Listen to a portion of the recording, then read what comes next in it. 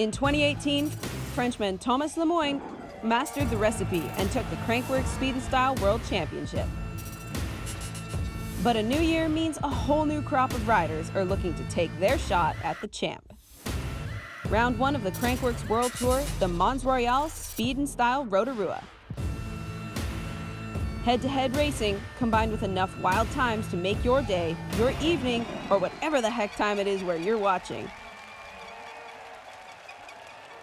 Well, it's that time of year again. Can you believe it? Finally, we find ourselves in March. It's been a long winter for those of us in the Northern Hemisphere, but it's finally time to kick off the 2019 Crankworx World Tour. And this is tradition by now. We've been coming here since 2015 to kick it all off in Rotorua, New Zealand.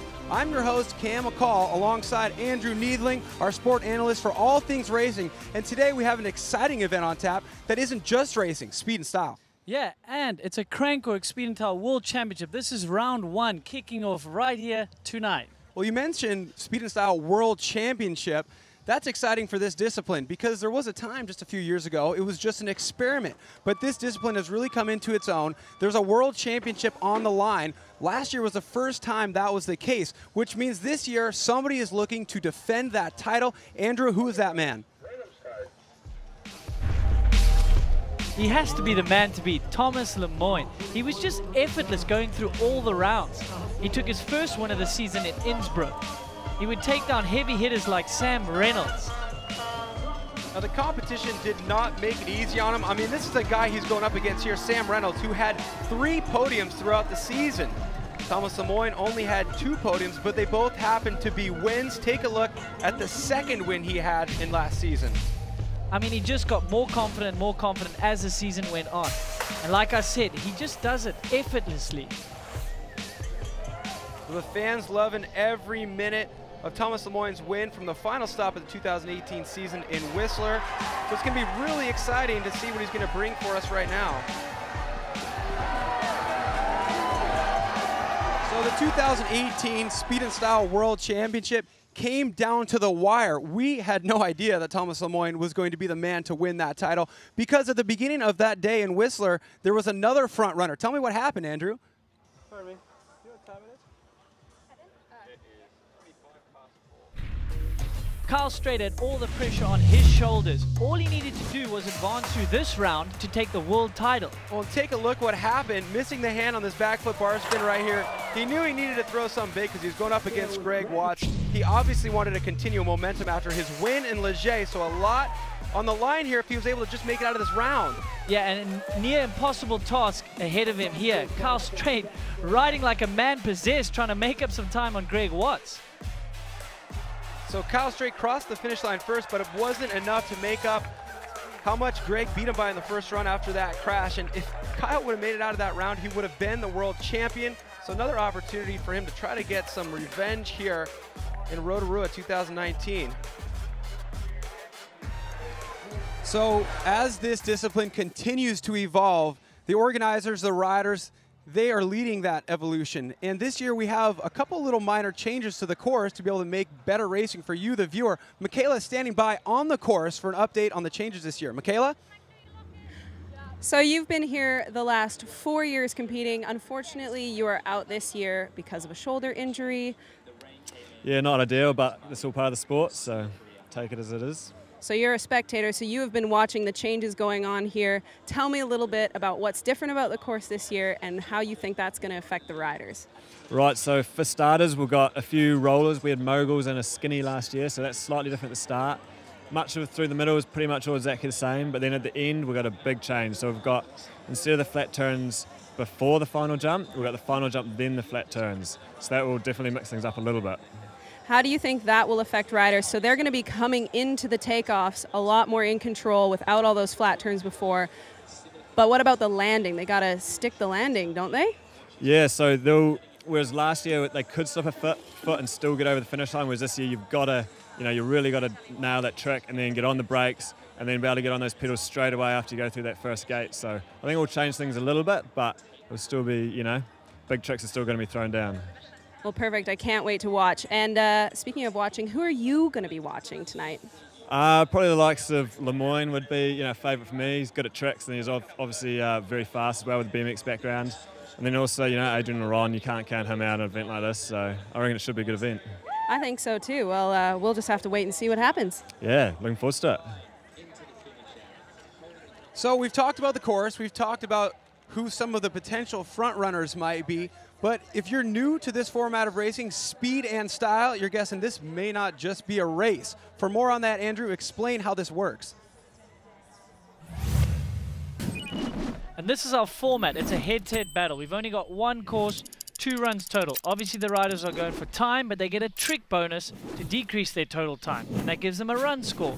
Lowest combined of their 2 runs, that man will advance. Simplified, the better trick you do, the more time will be taken off. Therefore, that's the motivation to do bigger tricks. Well, who do you have your eyes on based on that competition format to do well out here today, Andrew? Well, Thomas Lemoyne, as you can see, I've got the likes of Tyler McCall, Barry Nobles, but you know what? I'm going to mix it up a little bit here. Let's scroll through who the guys that are available. There we go. I'm going to put Bas van Steenbergen in as a little bit of a wild card. I'm pretty sure I'm going to beat you on this one. I saved some money by buying some underdogs, so we're just going to have to wait and see what happens. If you followed the tour last year, you can see the structure for our fantasy is a little bit different than last year, and it's really exciting because not only do we have world championship titles on the line, but for all the events, somebody is going to rack up enough points to become the king or the queen. So go on to Pink Bike to build your team for that. It's going to be fun to follow the entire season, a season which is starting right now. This is the Mons Royale Speed and Style, and it starts right now. Nice.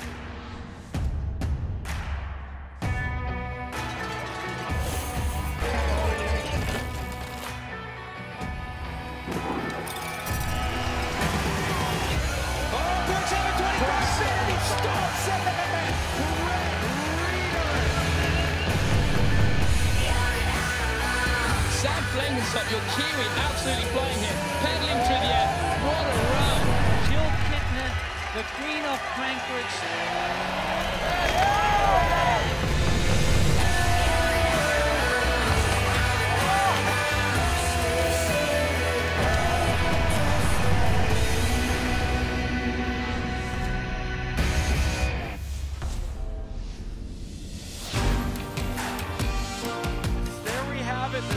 Is set. We've been watching preliminary rounds all day. We boiled things down to the fastest 16 riders in the world when it comes to this discipline, speed and style.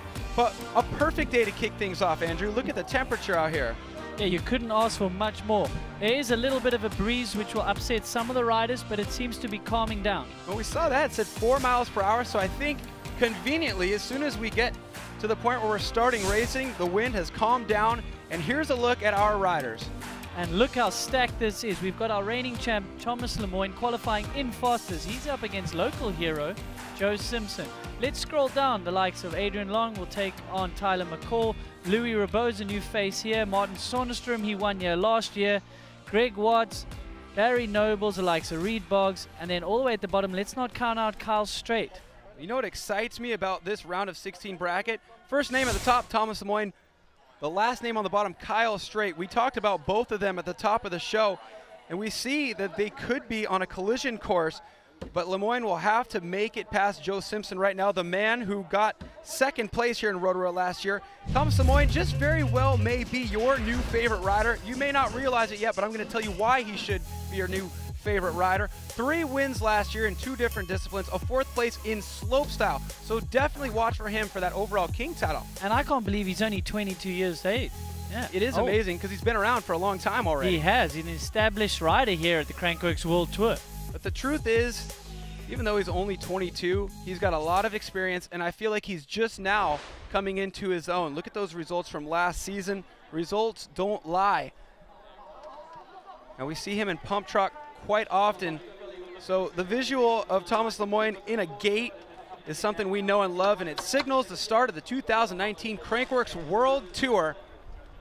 As the riders in the gate get ready to drop, we're going to take a look at our esteemed judging panel right now. Far right, Grant Chopper Fielder. You may remember him from the old New World Disorder series. All the way on the left there, Pierre-Edouard Ferry. You may remember him from things like Rampage. And they are bookending this esteemed panel right here. Marcus Hampel, Nicholas Berthier, and David Hank Cleworth rounding out our judging panel. And they have to really be on their toes. They don't have much time to decide how many points to award for these tricks, do they? No, they almost have a little bit more difficult job than some of the riders out there. When you watch a rider crash, you go, okay, nope, the riders have a more difficult job. So, on the left side of your screen, out of France, that's Thomas Lemoine. We've been talking about him. But the local ripper from New Zealand, Joe Simpson, took second place here last year. About ready to drop the gate. All right, racing underway, Andrew. So in this format of racing, it's all about head-to-head action, who can cross the finish line first. But when you do a trick, you receive a score for that trick. Higher the score, the more time comes off of your time. We get them back up to the top of the course to switch sides and do it all over again. Already big tricks so far. Yeah, and let's not forget there's speed involved here as well, Cameron. So obviously they cross the line. We got to look at their speed. But then we got to go up. The judges are crunching numbers, and they're awarding time to these riders. Well, look what we just saw right there. You want to see Lemoine crossing the finish line on one side and Simpson crossing on the other side. Simpson essentially missed the gate right there, tripped the wrong timing light. So the way this format works, we'll likely see the maximum differential be applied to Joe Simpson's score as a penalty for missing that gate. Here we go, 360 double bar spin for Thomas Lemoine. It looked like a Superman seat grab, maybe a little Indian air cross the leg action from Joe Simpson. So obviously that's going to score a lot higher for Thomas Lemoine. So he's going to get a good advantage on the time hit, and he was fast on speed.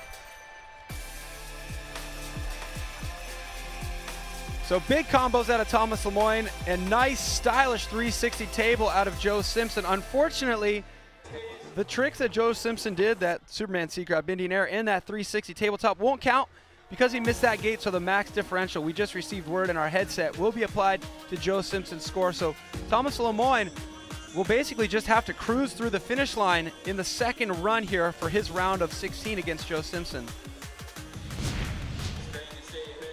But anything can happen. Thomas Lemoine falls on his second run, and it could open up the door for Joe Simpson. Yeah, so a little bit of pressure by Joe could definitely force a mistake out of Thomas. All right, back up to the top, our second bracket here in the round of 16. This is going to be David Lieb. You see him on the left side of your screen. And then the veteran, Mitch Chubey. Long heritage of slopestyle competition for Mitch Chubey, focusing on speed and style the last few years. But David Lieb, on the other end of the spectrum, he's the young up-and-coming ripper out of the Midwest, United States. Yeah, lots to prove for him. So qualifying in 8th position, Mitch Chubey in 9th. So these guys are very evenly matched.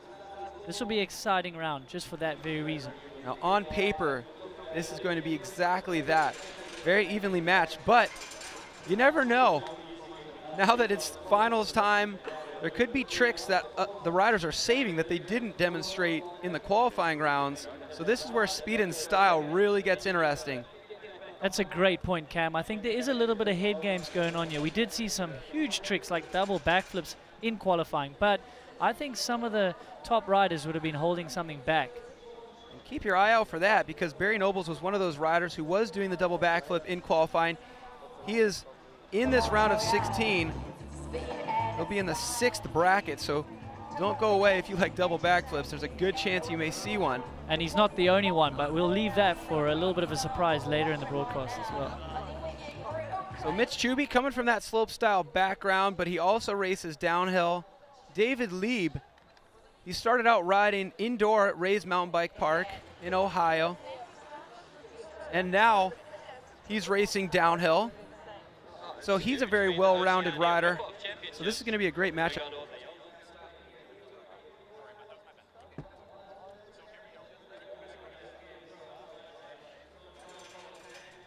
Must be nerve-wracking sitting at the top. These guys are just waiting to drop in. Lots of thoughts in their head going on. It'd be amazing to hear what they're thinking, you know? It would be, because the contrast in mindsets between the young up-and-comer and then the seasoned veteran, I would love to know who's handling this pressure best, and if it's better to be young and excited, or if it's better to be old and experienced. The time doesn't lie, and these judges have got it to the point where they rarely make mistakes as well. So I'm sure they're getting things sorted on the timing and scoring side of things after Joe Simpson crossed that wrong finish line. But while we wait, we've seen what it looks like to watch these riders down this course, but what do you think it might be like to be a rider? Well, we strapped a camera to Martin Söderström's helmet to give you an idea. Take a look. What's up everyone, Martin Söderström here, standing on top of the Crankworx Rotorua Speed and Style course, and this is the GoPro course preview. Woo! Up. Woo! Ha! Rollers, rollers, berms, big berms. And this is the best part about Speed and Style. Big jumps, woo! And some flat corners, a little bit of everything basically, woo! Those flat corners are hard, huh? I just gave up. Yes, Martin Söderström. We know him, we love him. We love tracking his career. He's had so many setbacks, but last year he showed up, he won it for the second time. He won in 2015, the first time we found ourselves here in Rotorua. So can he defend his title from just a year ago? We'll have him coming up shortly. He's in the 4th bracket, but right now it's time to drop our 2nd bracket. David Lieb against Mitch Chubey. Backflip bar spin for David Lieb. It looked like Mitch Chubey had the same, and Mitch Chubey getting into that right berm first. Yeah, so David Lieb, he's in the faster lane at the top, but this is where Mitch Chubey make up some ground. And that's a mistake. No, David Lieb has gone down. There is the inexperience of David Lieb, unfortunately cracking under some of the pressure that Mitch Chubey was putting on him. That's one thing that you could chalk up as a strength for Mitch Chubey, is keeping his composure when it gets down to game time. David Lieb has less experience when the pressure's on, the crowd's around. We're broadcasting live, so a small mistake from David Lieb, but still an opportunity to make it out of this round. Like we said before, in the format breakdown, they'll get to the top of the course, switch sides, and David Lieb will have to beat Mitch Chubey by more than he was beat by in this first run. Take a look at this crash, Andrew. Yeah, so let's take a look back. Very committed, but he's just come in and placed that front wheel way too high. So I'll give him props for setting up nice and wide for that turn, but he's just dove into the turn too late and he stayed way too high on that berm. I love how high his eyeballs were. He was thinking exit speed. Unfortunately, front tire too high on the soft stuff on that berm. So Mitch Chubey crossing the finish line first, getting those trick scores. It's going to be 11 seconds that David Lieb would have to make up. So that would basically require a crash from Mitch Chubey. But back up to the top. Now this is going to be a good heat. Guys who have both won this event in the past. Adrien Loron out of France, Tyler McCall out of the United States. You know, this is not the first time these two have been matched up against each other. The first of our broadcasted rounds, so let's see who can take it this year.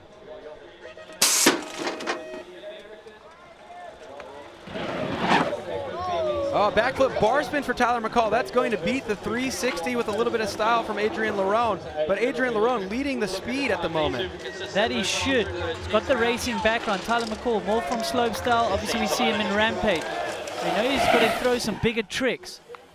So a corked out flip, knack. That's going to beat the straight backflip from Adrien Loron. But how will time play into it? 0.4 separating them crossing the finish line. But 1.04 seconds will be taken off of Tyler McCall's time. That means he will undoubtedly have that advantage rolling into their second run in the round of 16.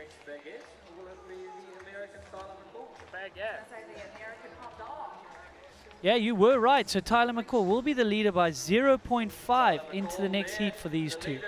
Tyler will have a half second to play around with. So Adrien Loron, with his work cut out for him, he's going to need bigger tricks if he's going to advance. But look at this start, Andrew. I mean, that is textbook gate start right there. We know how good he is in pump track. He's obviously got a background. And then the tricks here, 360, good style for Adrien Loron, but it's not going to compare to a big variation like a backflip bar spin alongside him there from Tyler. But Adrian's definitely been working on his steez as well. We know he can 360, he can flip, but I mean, he's thrown in a little bit of style there as well. Ooh, good line. Look at him. So there you go, hopping into the dub there, into the turn. Tyler McCall casing that a little bit. Well, that was a great demonstration of what speed and style is all about right there. Big tricks, tight racing, and small differentials as we focus our attention back to the start of the course. That man on the right side of your screen there, Martin Söderström, your defending champion from Rotorua 2018, going up against a rider with a great slopestyle background as well, Louis Ribaud from France.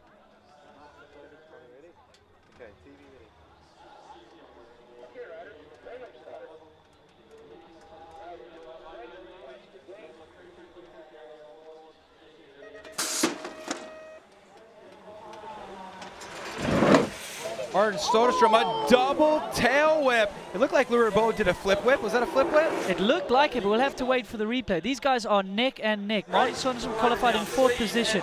So he's got, he's overturned that turn a little bit, but he didn't lose too much ground. Perfectly even scores on the first jump, a 360 table for Martin, a backflip tuck no hander for Louis. What will the scores be? Martin will cross the finish line first, 70. So even scores on both jumps, which means it's just a drag race at that point. So Martin Söderström will be the leader going into their second run by a small margin. It looked like 0.8, I think. And here's a look back. Let's see what those tricks were. They scored identically. Backflip tail up for Louis Ribaud, a double tail for Martin Söderström. Martin knowing that when he's going up against a racer, he can just do a single, but against Louis, he had to do a double tail whip. Yeah, this was a great heat from these two, both knowing they had to throw big tricks. Martin coming out ahead with the speed though. A little bit of an overturn there, but he kept on the gas, so he pulled out of that well. That inside left-hander is so sharp. So in speed and style, when look at the Martin style there with the 3. Oh, it's great. Louis Ribaud, good extension there on the flip tuck. When you get two riders who are fast and have tricks, really the only thing that matters is if they land their tricks, because you know they're going to be big ones, and who crosses the finish line first. It's almost mandatory to do a slopestyle worthy trick when you're going up against one of these guys. And this is only the round of 16, Cam. I wonder what we have in store when we get through to the round of 8, semis, and the finals. And that was only round 4 of 4 here in the round of 16. Take a look at our leaderboard right now. And Andrew, explain to us what those yellow names represent. Well, those are the guys that are going to take the lead into the second round. But let's not count out any of the guys that aren't in yellow, because all they need to do is put some pressure on, and they can force some mistakes. Some big heat still to come here in the round of 16. Run number 1, Greg Watson, Bas van Steenbergen will be up next. You're watching Mons Royale Speed and Style Rotorua. Don't go away.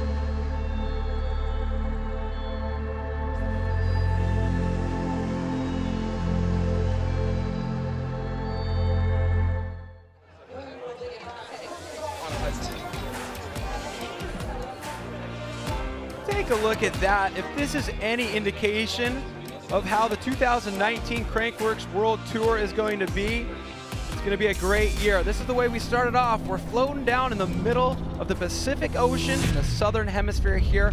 The North Island, zoom it on in there. Beautiful Rotorua, New Zealand. It's a great place to come be a tourist, but it's also a great place to come mountain biking. Yeah, it's home to some of the best trails in New Zealand and in the world. We've all ridden out there in the Redwoods and here at Skyline as well. For those of us who are coming from winter right now, we welcome this trip with open arms to kick off the mountain bike season. And take a look at where we sit right now. Round of 16, we've had 4 brackets go so far, and in the gate, it's Greg Watts, the slopestyle veteran, won the slopestyle in Whistler in 2009, and then a guy who Andrew put on his fantasy team, Bas van Steenbergen. Now we do have polar opposite riders here. Explain to the viewers why I say that. Yeah, well, Bas van Steenbergen, he's going to be focusing on speed. He's from a race background. Greg Watts, he comes from slopestyle background, so he will be focusing on big tricks. But he's no slouch on the speed. Greg Watts did some racing in his younger years, but his background is the tricks, and you're going to see him right there. It looked like a backflip double bar from Greg, but washing the front tire. Great recovery. And that's the beauty of this format. Bas van Steenbergen, he's going for speed. So now he's got out front and he's put pressure on Greg Watts. Greg Watts knows, oh, I've got to try keep up a little bit even though I'm throwing big tricks. But all Bas has is a knack-knack, but Greg brings the huge combination, the backflip, bar spin to suicide no-hander. So Bas crosses the finish line 2.16 ahead of Greg Watts, but Greg's trick scores are way higher. This will be interesting. This is where it'll show how valuable these tricks are. And there you go. Greg Watts will be the leader, but not by much. So I believe Greg got the maximum scores possible there, giving himself 1.32 seconds deducted off of his time for each jump. So 2.64 off. These tricks paying off. And you know what else is paying off? When he saved this near crash here, Andrew. Yeah, look at him. He's pushing so hard. The front pushed off that first roller. No idea how he stayed on the bike. But you could see he was a bit flustered. Down the bottom, he was also pushing way too hard and making mistakes. But I mean, that bar spin to bar spin back at the top was huge for him. That trick right there, the backflip bar spin to suicide no-hander, so incredibly technical. He leans off into backflip, hits his front brake to stop the front wheel so he can do the bar spin, and now he's got to catch the bars, take his hands off, put them back on before landing. So that's why he was rewarded with the maximum trick score there, and is the leader going into their second run. Bas van Steenbergen will have to make up a .29. And if Greg doesn't make a mistake, it's going to be tough. Yeah, that'll give Greg a lot of confidence because he was up against one of the fastest riders and he was able to claw back a lot of time. However, when other guys are throwing tricks, it's going to be a little bit more tricky for him. Okay, this is what it's all about right here. Left side of your screen, Victor Duhan out of Sweden. We saw him last season using that front flip bar spin. He comes from a dirt jump background, but Barry Nobles, coming from a BMX race background, he is the guy we mentioned earlier who has been doing double backflips, so keep your eyes peeled. Gate has dropped. What will the trick choices be here into the first jump?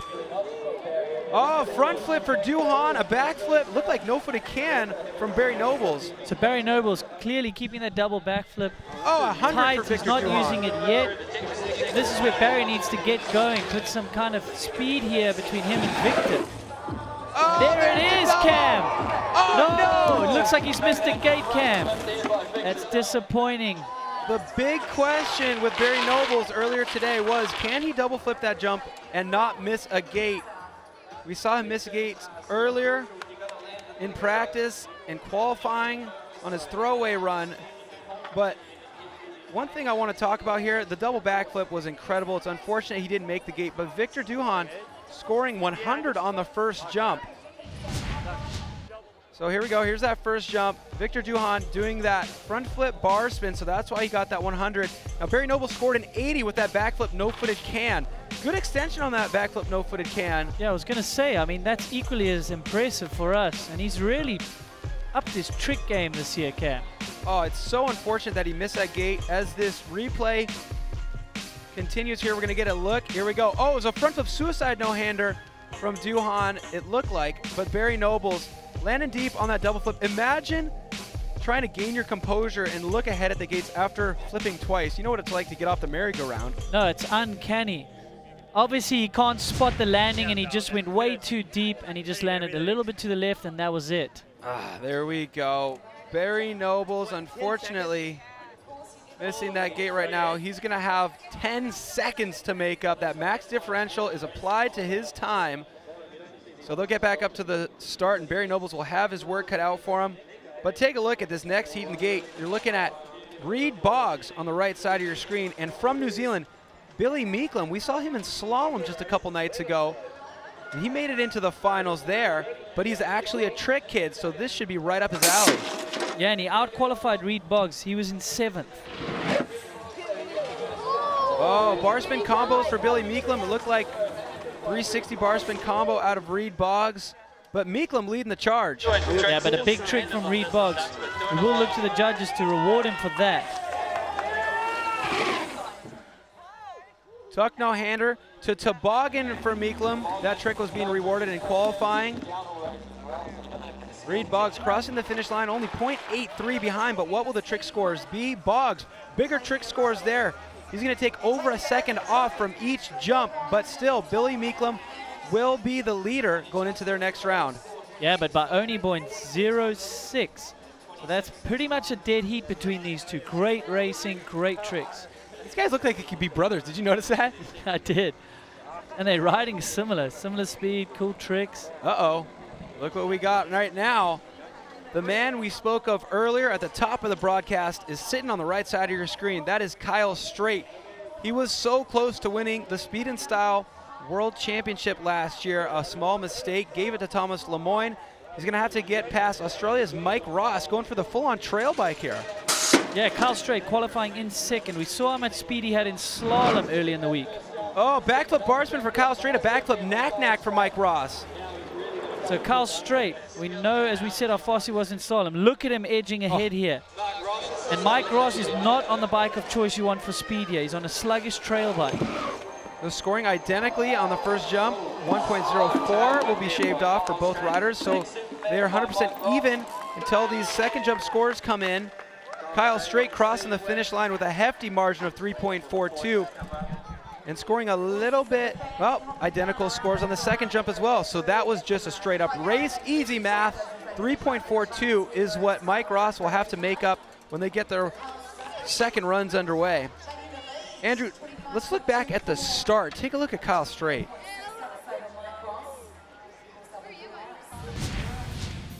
So Kyle Straight, look at him, pulling those bars into his hips, thrusting forward, eyes looking ahead. Great technique. We know Kyle Straight comes from racing background. He's obviously a former Rampage, well, 2-time Rampage winner, but used to race World Cup downhills as a junior. So flip bar spin for Kyle Straight. He doesn't do those very often until everything's on the line here. And this is where he really puts some kind of distance between him. Mike Ross, no slouch, but like I said, that's where he put some distance between him. Kyle Straight, wow, he was struggling a little bit there to find pedals. It was a slow tail whip for sure.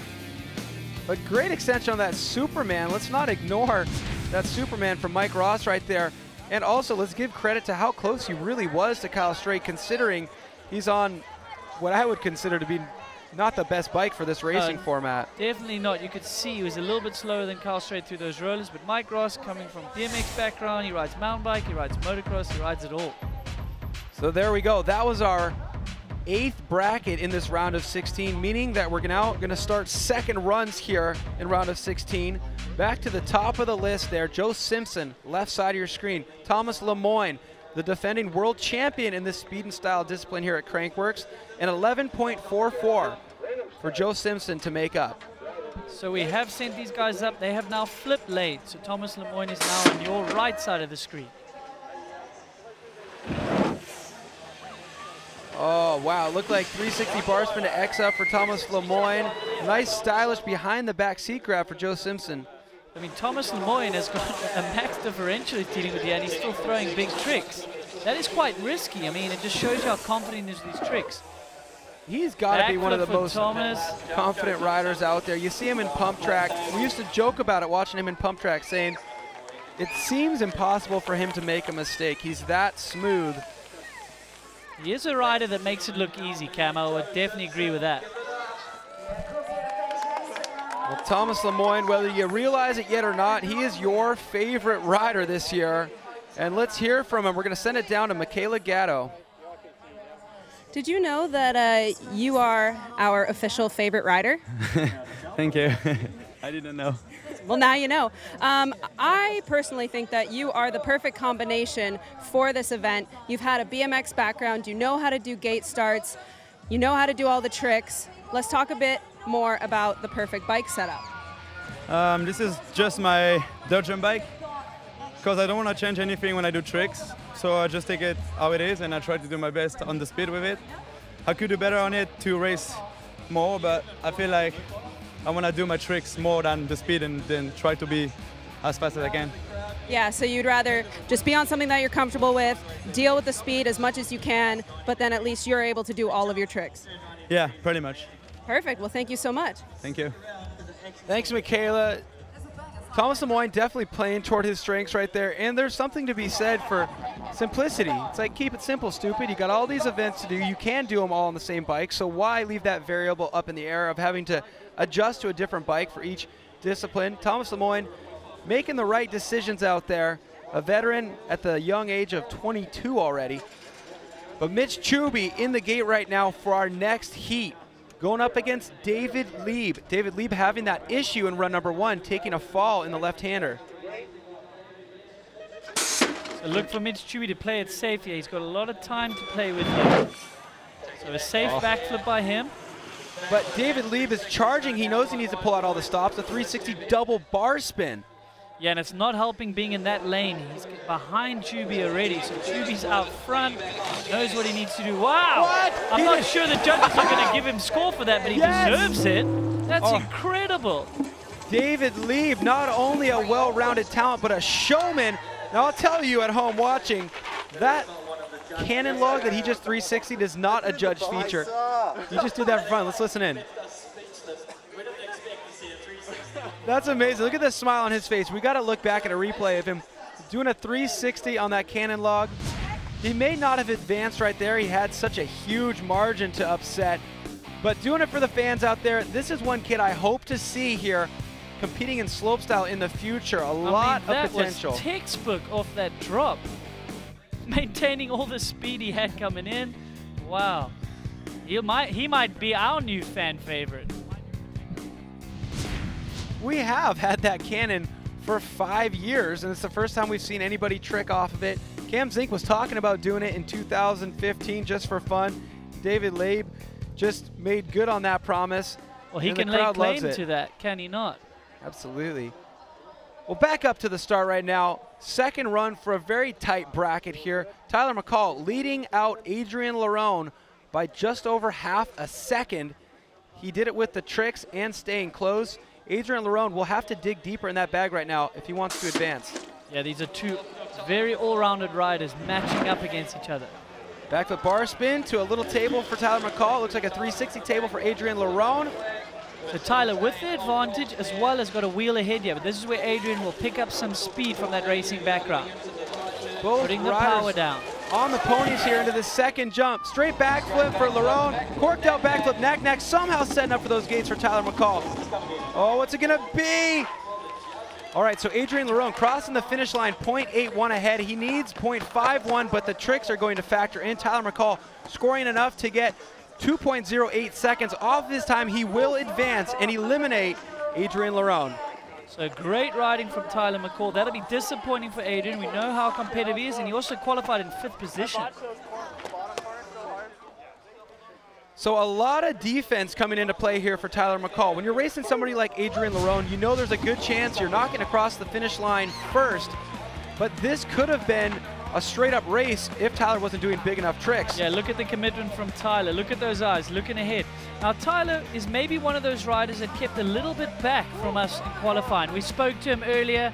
It was windy. I think he was struggling with some of his tricks early on today. But as you can see, he stomped some of his biggest tricks against Adrien Loron, and it's paid off. The thing is, if you're not staying close, it does not matter how big your tricks are. You have to stay within striking distance, and it's also difficult to figure out how fast to go for some of those more complicated tricks. So a lot of good decisions made there by Tyler McCall, but we're back up to the start of the course. Leading this second run right now is Martin Söderström. Louis Rabot will have 0.88 to make up. And if you remember back to their first run, they tied on both of the jumps. So it just came down to the racing. So this is where Louis Rabot's got to dig deep into that trick bag and see what he can pull out here. The gate has dropped. Martin Söderström on the left side of your screen. Louis Rabot on the right. A double tailwhip for Martin Söderström, but a cork 720 for Louis Rabot. That will score higher than Martin's trick. So Louis Rabot doing what he needs to do right now to try to advance. And there it is, as we said, he's got to go deep in that trick bag. Now we're coming off this boner log. What is he going to do and how big is he going to go? Backflip tail for Louis Rabot. 360 tabletop for Martin Söderström. Louis Rabot having issues in the gates at the final straightaway. Hopefully he didn't miss a gate. It looked clean. Let's see if we get any other information. What is the calculation going to tell us? Louis Rabot back? No, it's not enough. It was so close. After the scores were calculated and applied to the times, there was only 0.03 of a second separating these two runs. That's some of the best speed and style racing we've ever seen. Martin Söderström will advance. And that is only from around 16. So he will be through to the round of 8, facing off against Tyler McCall. Man, we're getting some exciting racing already. We've got a lot to come. That is what speed and style is all about right there.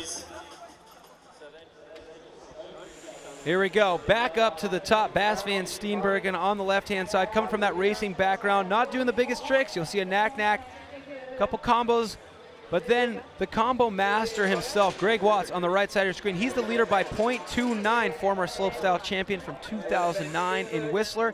You saw him do that backflip bar spin to suicide no-hander on the second jump, but now he's got to play the strategy card and not wager too much in this game of poker. Yeah, he spoke about it earlier, but it was too windy. Obviously the winds died, so he can really stomp some of those tricks that he has. And it's like you said, almost polar opposites, these two. Bas knows he's here for speed, and Greg knows he's got a deep bag of tricks and like variations as well. Well, the big question is, what tricks will Greg Watts choose? The gate about to drop. They are underway. All right, Bas van Steenbergen making it to the jump first with just a knack-knack, but Greg Watts, a backflip with 2 bar spins. That'll probably score him 100. So you got to think he's going to play a little bit safer than the previous run. He's got a little bit of advantage, but not much. Greg Watts scores a 95. That'll be over a second off of his score into the second jump there. Backflip bar spin to suicide again. That's going to be huge deductions off of his time. That'll help his cause because he crosses the finish line. Second by 0.62. We're going to crunch the numbers right here, but those huge tricks from Greg Watts totaling 2.64 seconds. Yeah, Greg Watts qualifying in 3rd position. He is a danger man tonight. If he's only 0.6 back from Bas van Steenbergen with 2.95 scoring jumps, I mean, that's big, Cam. No big surprises there based upon how big those tricks were.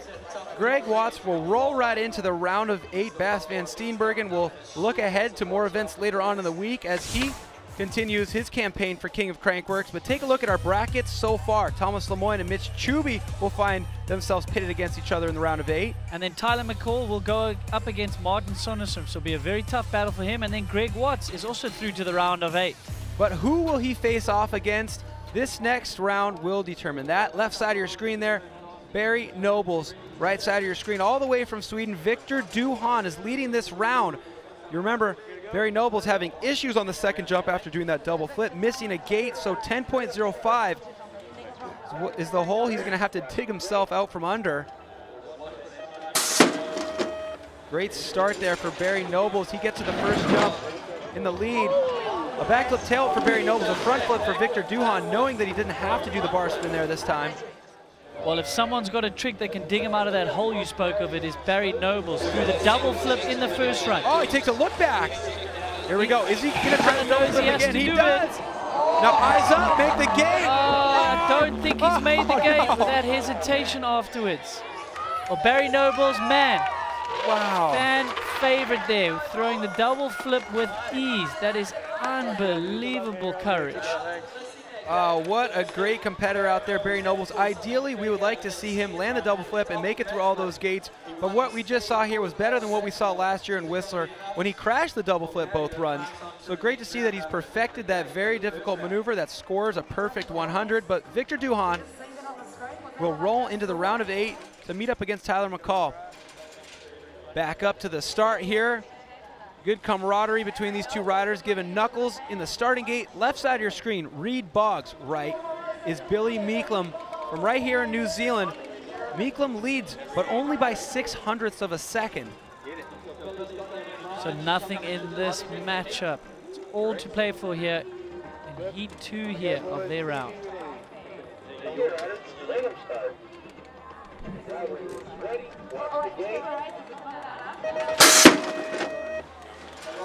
Pretty even start here for these two riders. Bar spin, a tough no-hander for Billy, and Reed Boggs going for what looked like a truck driver, a 360 bar spin.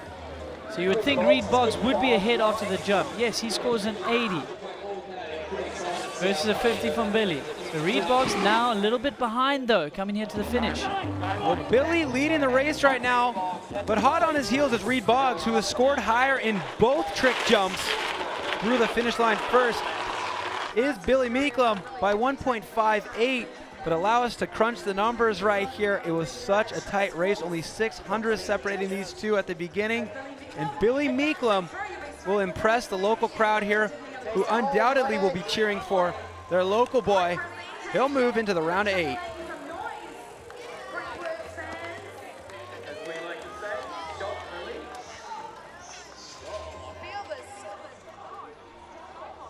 So back up to the start here. Kyle Strait leading this round by a hefty margin of 3.42 over Australia's Mike Ross.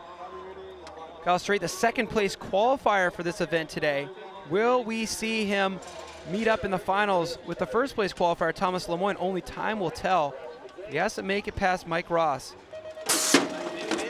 A good start for Kyle Strait again there. All right, straight backflip for Kyle Strait, but a backflip knack-knack for Mike Ross. That will score higher, but Kyle Strait leading the race. So Kyle Strait has put a lot of training in the off-season. He's got his own speed and style track. Oh no, I spoke too soon. Kyle Strait, the commentator's cursed by me.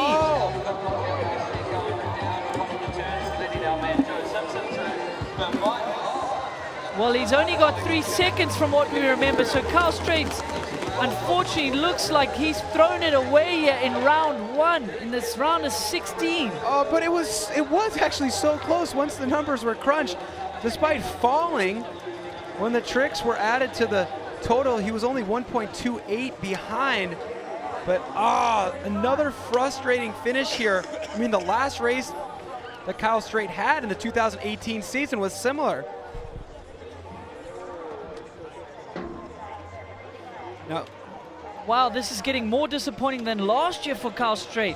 He threw away the title with a crash. So Kyle Strait coming in hot. This is the same thing that we've seen before. He's just too high on the berm. Same as David Lieb in run 1. And what happens is if you come in too fast, you end up riding too high on the top of the berm. So he hasn't braked enough and dive. You need to sort of brake and dive inside. He's just gone too aggressive and he's over the top. Okay, seriously? After crashing, getting up and still having enough speed to hit that So look, cannon? he's just pedaled all the way in and he's just come in way too late into that turn. He hasn't braked, hasn't set up, and he's just pushed the front over the top. Oh, that is so disappointing for Kyle Strait. He's put a lot of work in the off-season. He's basically got a speed and style course in his back garden. Oh, no. Well, a very unpredictable turn of events here. Kyle Strait out of the competition, but who's in? Take a look at that list, Andrew.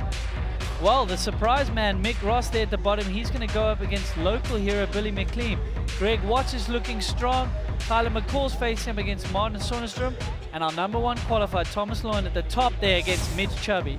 The round of 8 is set here in your Mons Royale Speed and Style Rotorua, stop number 1 of the Crankworx Speed and Style World Championship. Round of 8 coming up next. Don't go away.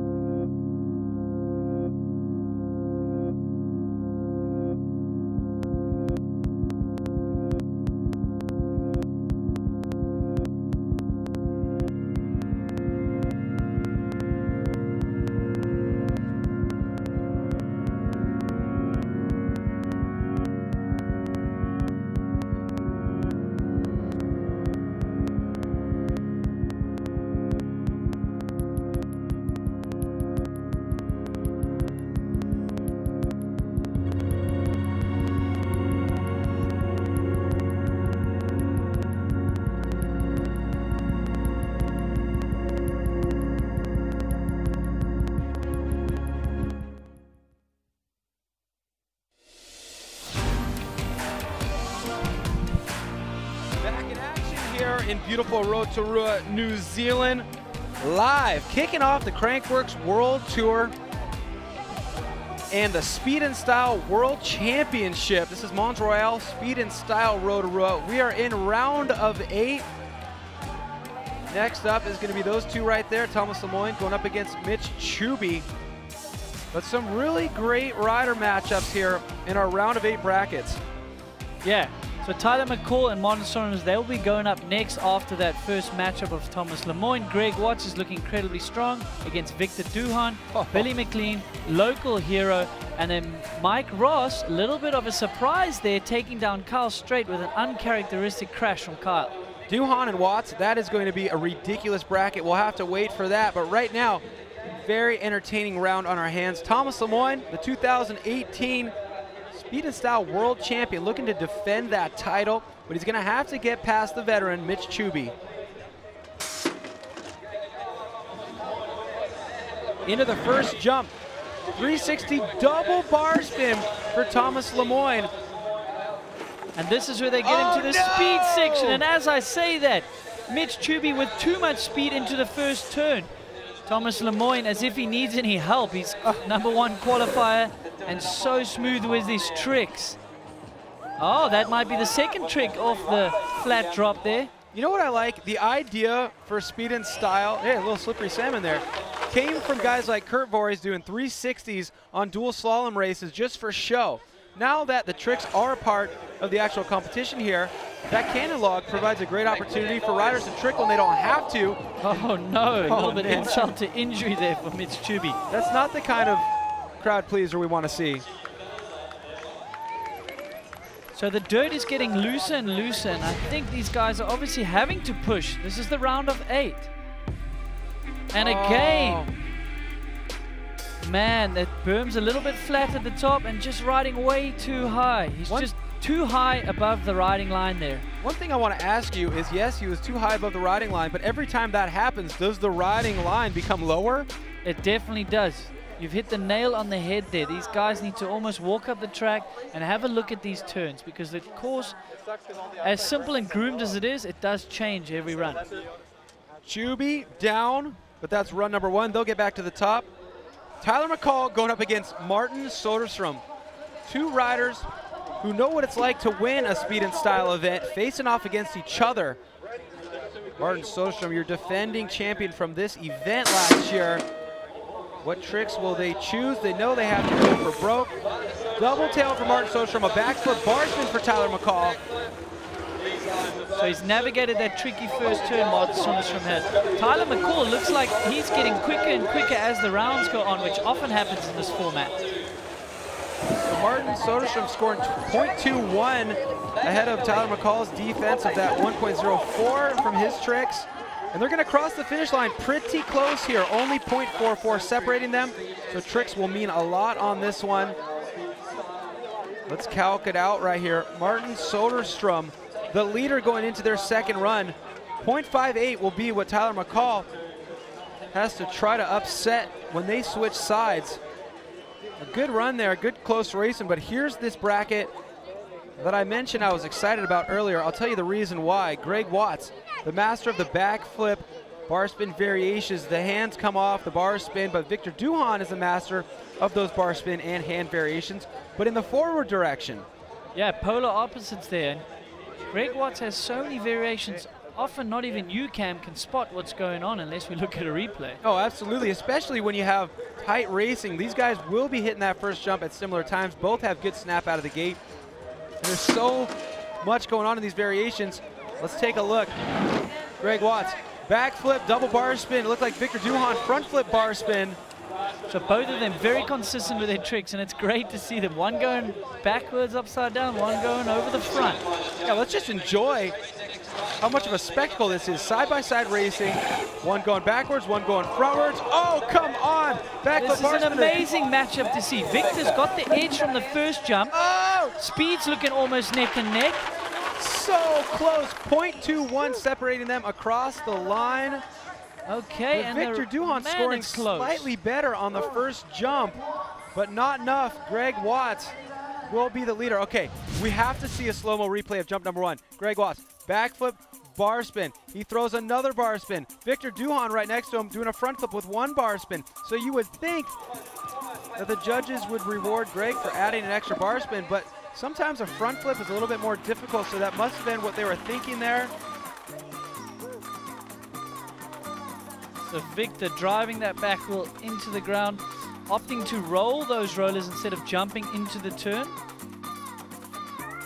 Oh, that is great extension. A front flip suicide no-hander from Huge Duhan. extension. You've got to be kidding me. I have to have seen that wrong because he doesn't have a front brake. It looked like he was pinching the seat with his knees. I'm going to request another replay on that eventually when we get an opportunity. But if that was a front flip suicide no-hander, that's something we haven't seen in speed and style, and that would explain these huge scores. But nonetheless, a tight matchup for these guys, and it's going to be exciting to see them square up against each other in run number 2. But for their first of 2 runs, this bracket, the invited riders to this party are Billy Meeklum from right here in New Zealand, going up against the guy who knocked out Kyle Straight. Can you believe that? Mike Ross out of Australia. No, that is one for the books. Mike Ross, CMX, Moto, you name it, he can ride it. Oh, backflip knack-knack for Mike Ross. So Billy Meeklum, he is leading here. So the local hero, you can hear the crowd just going mad for him already. So Mike Ross will take the lead from the first jump. Oh, huge Superman secret from Mike Ross, basically landing in the next gate. Thank goodness he's got a lot of suspension there with that landing. All right, Billy Meeklum crossing the finish line, 0.85 ahead of Mike Ross. But look at these trick scores coming in.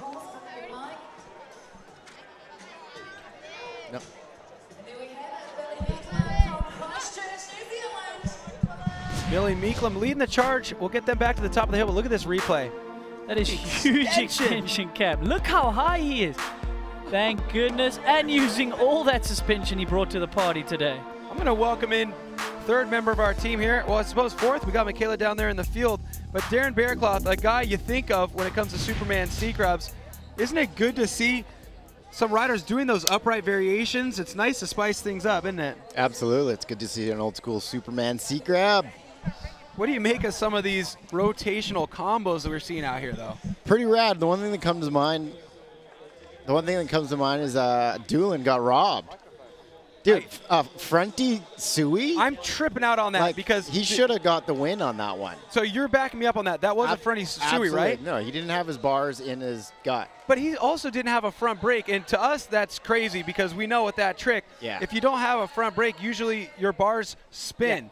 The rotational. Yeah, versus a backflip Sui, way easier. Yeah, he should have won on that one. So you're not happy about that, are you? No. I understand that. I can get on board with that. Yeah, it sucks getting robbed with the judging.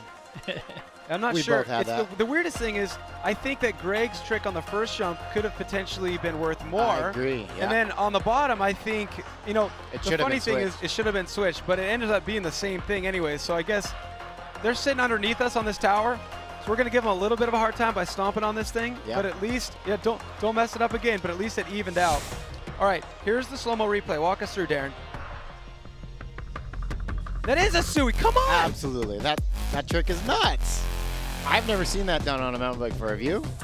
The only guy I can think of is maybe, I've only done him into foam. I think maybe Tom has tried him or something. I've never seen it done.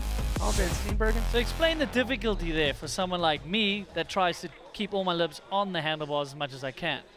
Absolutely. Well, typically with a front flip tuck, what you do is you put your handlebars in your gut, and it's a pretty simple trick to do because your handlebars in your gut. But with the Sui, it's completely wrong body geometry and geometrics. Those handlebars are free to turn. Absolutely. It's just an awkward thing to do versus a backflip tuck no-hander or Sui. It's just right there and you lean back. I would imagine you'd have to rotate really quickly as well because you're in the back of the bike to be able to put your knees on the seat, and that's going to slow down your rotation. Yeah, absolutely. So would it almost feel like it would stop the rotation with that suicide? In theory, it's like, shouldn't that stop the rotation? Kind of, yeah. Sui?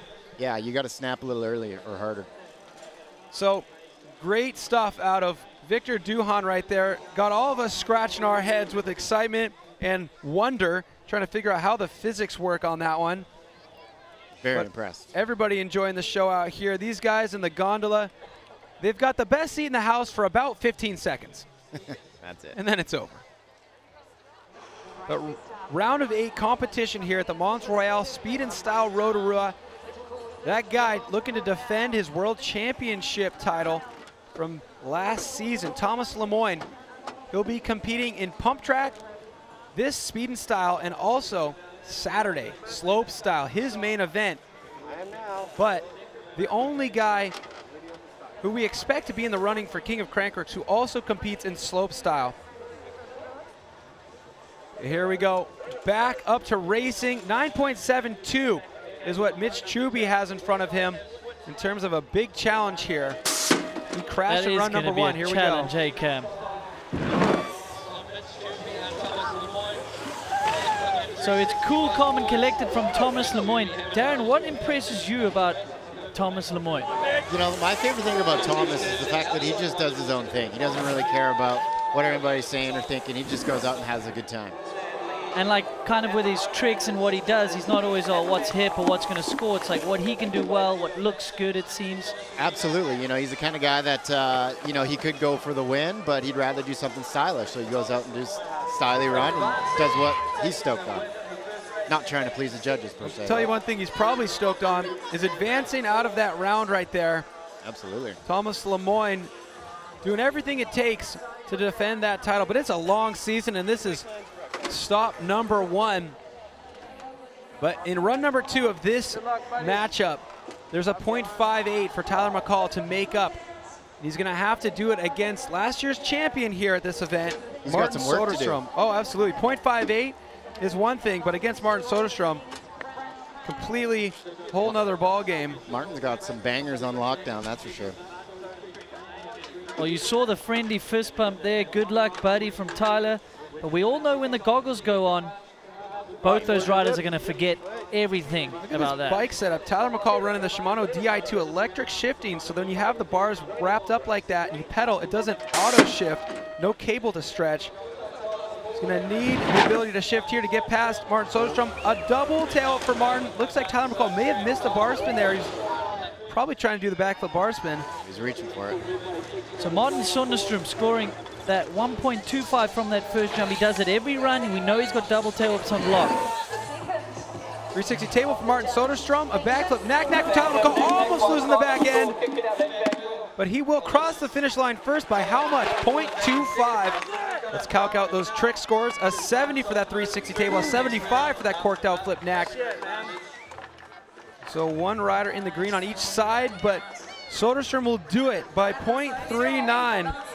Close, but not quite enough. So let's see. Tyler did get his backflip bar spin there. He's going for a double. Wow. He spun that so fast. He was looking for the double, though. He was looking at it. You would have needed it to get past Martin Söderström. So Söderström, one of the fastest guys on a pump track, and this is where he excels. Tyler McCall, you could see how hard he was pushing at the end, and that's the challenge with those flat turns. The harder you push, the worse it gets. You've got to calm yourself down. You've actually got to brake more than you think, and you'll actually go through them faster. Oh, side-by-side race in action. Big extension on both those maneuvers, but look at Tyler. Yeah, and there's what I'm talking about. Oh. He's pushing too hard, and if the wheel breaks loose, you just lose in speed. Hey, getting eliminated was worth it if somebody got a sick photo of that. That was amazing. Yeah. Well, Martin Söderström advances out of the round. Michaela Gatto is hanging out in that finish corral to catch up with him. Michaela? All right, so I've been seeing both of you coming across the finish line tonight, smiling so wide. You guys are clearly having an awesome time. What's up? Definitely not, because we're at each other. With each other. You're at each other's throats. What's your favorite part about Speed and Style? Just riding with your friends. Sounds super cliche, but I don't get to see this guy very much anymore, and we only get to hang out during Speed and Style. So that's what makes it super fun. I'm seeing a lot of high fives, a lot of hugging. It's really nice. And what's your favorite part? Oh, I mean, I would have to say the same thing, but just the racing is really cool. I mean, you could see in the last round how I felt really safe, and then Rebol just pulled out a cork 7, and all of a sudden we were even again. So it's, you always have to be think on your feet, ride on your feet, I guess. Stay on your feet. And when you see that, so that's what one of my questions was for the riders tonight. Can you see what your competitor is doing, and do you adjust your tricks depending on what you see? Not really. I mean, you have a pretty clear plan usually. Maybe if you're like, if someone is way in front of you and you can see that, oh shit, I need some time to take back, then yeah, then you can YOLO something. Well, I think you're doing pretty good YOLOing down the track tonight. Thank you, Michaela. We'll see you in the next round. For sure. Good job, Tyler. Thanks, Michaela. Good racing out of these two, good camaraderie. And that run had it all. Big tricks, tight racing, loose slide outs, some stuff for the highlight reel. But the big question is, who's going to stand on the top step of that podium out here? Will it be somebody who's tasted podium success before, like Greg Watts, or will it be a fresh face? Victor Duhan just bursting onto the scene a year ago. He's a Swedish rider. He's going to have to make up a .21 if he wants to eliminate the veteran Greg Watts. Anything hiding up here? Sleeves are rolled up, so I think it's business. Oh, Greg Watts looking to get the jump out of the gate here. Backflip double bar spin for Greg Watts. That front flip bar spin for Victor Duhan. Let's see how they score him this time after we've given him a little bit of a hard time. Yeah, were the judges listening? So Victor Duhan edging a little bit ahead. So they are rewarding that front flip a little bit more. Backflip bar spin to X up for Greg Watts, and that front flip suicide no-hander that has boggled our minds for Victor Duhan. Greg Watts crossing the finish line first. 1.21 will be the differential. Let's take a look at these trick scores. That 80 turns into a minus 1.11, meaning that Greg Watts advances. I'm like, damn it, and then I see you. But did it give it on the second one? Yeah, I was like ready to just... Look at that. Well, that second jump had that front flip suicide, which is the same trick he did last time, but now that we've given him a hard time, it looks like they gave it the points that it deserved. So thank you, Claw. Thanks for, Claw is the law, they say, so thanks for enforcing the law. Whoa! Well, I didn't even notice that. Loose. Well, thank goodness they're on no flags up high on course. He's missed a few rollers there. But anyway, pedal to the metal for Victor. You can't miss a gate if there is no gate, but he was caught on the course. Look at that. That is a huge insane. extension again. Gosh.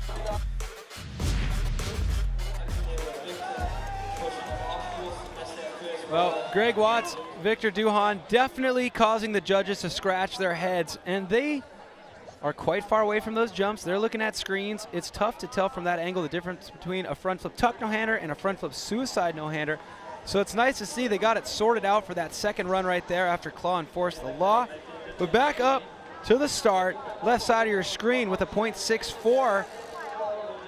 Behind is Mike Ross, Billy Meeklum leading things out from New Zealand. Now this kid, Billy Meeklum, definitely taking the fact that the Crankworx World Tour comes down to New Zealand and playing that toward his advantage, looking to use it as a catapult to launch his career. And Mike Ross, nothing to lose here. He's already taken out Carl Strait with that uncharacteristic crash. He's got some big tricks, big extension, big amplitude. All he needs to do is find a little bit more speed. Billy Meeklum, I believe, from Christchurch, great mountain bike scene out there, and another reason to root for him.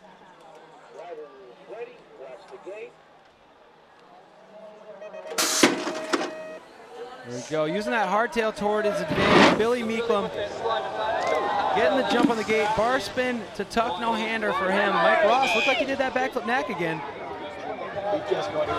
Yeah, it looks like he's carrying a little bit more speed, so this is where it's a bit sluggish for him on that enduro bike.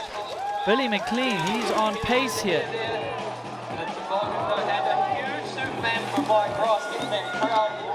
Love the trick choices here on that last jump for both these guys. Not choosing to rotate, but to do really technical combos.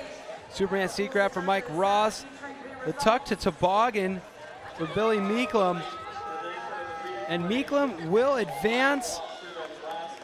It's great to see the young rider out of Christchurch. So the fairy tale story continues here for Billy Meeklum from New Zealand. The fans are loving him out here.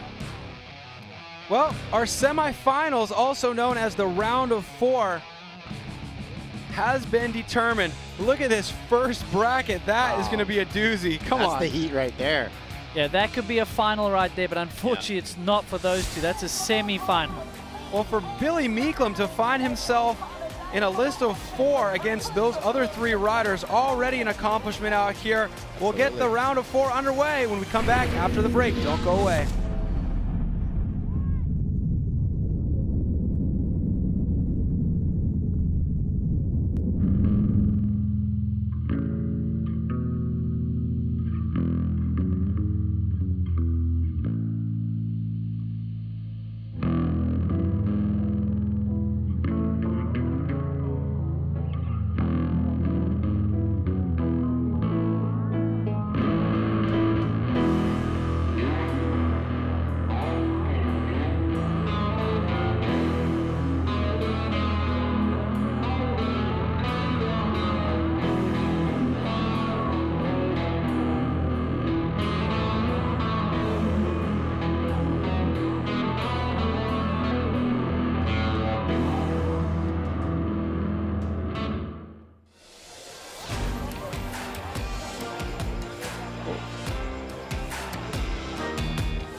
Well, great action here at the Mons Royale Speed and Style Rotorua, kicking off the Crankworx World Tour for the 2019 season. We find ourselves with 4 riders left here in our Speed and Style. The first stop of the Speed and Style World Championship Series, and our defending champ still has a chance to win here, doesn't he? Absolutely.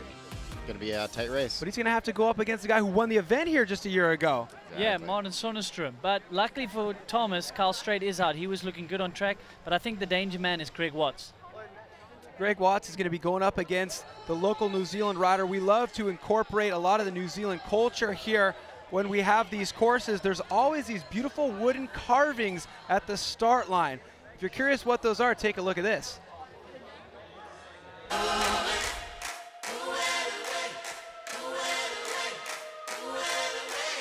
Of course, Aotearoa New Zealand is uniquely Māori in origin, and it's our indigeneity and our culture. Once visitor numbers got to hearing about these wonders of the world, of course more visitors tended to come, and of course access to these wonders required relationships with the locals. And so these relationships and the custom and practice became as important as the destination.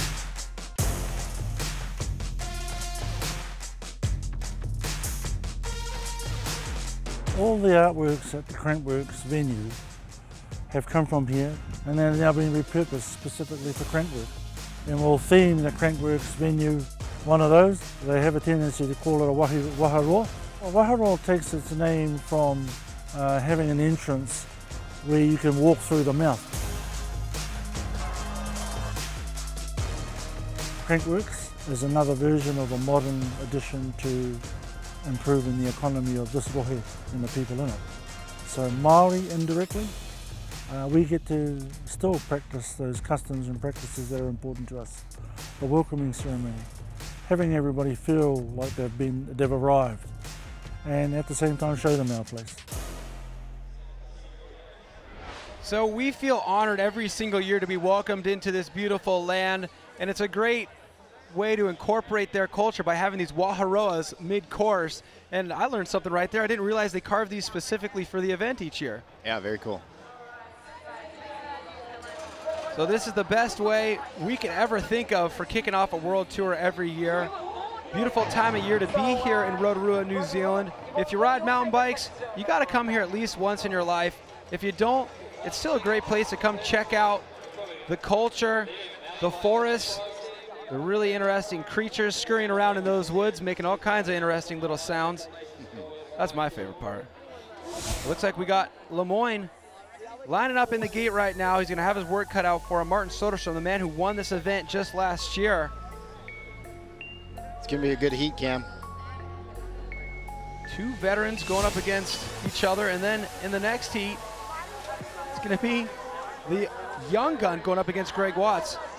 But first up, Martin Söderström on the right side of your screen, Thomas Lemoyne on the left. Saddle up.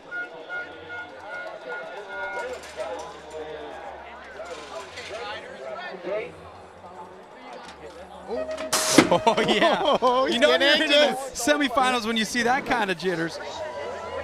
Whoa, Thomas! Lemoyne, And Thomas has a blowout. No. Oh, Oh, So that's all she wrote That for is- Thomas in this heat. That is devastating for Thomas Lemoyne. Over-rotated that truck. Well, you saw Yeah. Thomas Lemoyne before the gate had even dropped, was so anxious. And you know that has to have something to do with the fact that he was squaring up against Martin Söderström. But that tire blowout, a direct result of over-rotating that 360 bar spin. We call that the truck driver. But the maximum differential will be applied to his time, which is really tough. If he could have just ridden through the finish line, try to just salvage a time, it would have been great. But there's no way you could ride down that course, hit those jumps with a flat tire. Take a look at the first jump here, Darren. Yeah, awesome with the double truck coming in a little hot and a little over-rotated, a little deep. Oh. We all know that sound all too well. So, tell me about tire choice here, because you want something that has traction, but you want something that rolls fast. And light. And light. And Yeah, that's, because if your tire's too heavy, you're not going to be able to do your tail whip tricks, and your spin tricks are affected. So you want something super light, which is a bit of a sacrifice. We've been doing it for how many years, blowing tires off the bead and popping tubes. it doesn't leave much room for error. If you're going to run those light tires, you better be landing perfectly at 360 for those And 360s. as you can see, he really didn't land that bad. No, it was like 15 degrees off or something. Yeah, That's all it took. a little deep, and that's all she wrote. It's got to be tough to decide what tire pressure to run for this event, too. Absolutely, because normally in a slopestyle event, you usually run around 50 to 60, unless you're Pilgrim, you're running 80, 90. Exactly. But then you got these corners, so you're going to have to run down the PSI even lower. It's kind of like the same thing we have at Rampage, where you want to stick to the rocks, but at the same time you want to hit the booters and not roll your bead. It's the same thing these guys are going through. This is really going to shake things up for the king of Crankworx overall title hunt. He was looking to get some valuable points out here. And you hear me talking about this king and queen of Crankworx hunt. What is that? I'll tell you. All these disciplines reward points. If you get first, you get the most points. But we trickle them down less points the farther you get down that leaderboard. But you add them up, all 3 stops, Rotorua, Innsbruck, Whistler. And the woman with the most points will be the queen. She'll take home $25,000. The men with the most points, it was Sam Blankensop last year. He took back $25,000. Jill Kintner won it last year. Unfortunately, Jill not here. She's changing focus, doing some enduro this year. So we're going to see a new queen via Verbeek right now, looking to be the woman to beat. She's already got 2 wins under her belt. She won the Air DH. She won the Dual Slalom. She's 40 points ahead of second place, Annika Beerten. But this is going to shake things up for Thomas Lemoyne. This is his first event of Rotorua 2019, and he's not going to get as many points as he'd like if he doesn't make it out of this round against Martin Söderström. Bas van Steenbergen currently leading the charge for the men.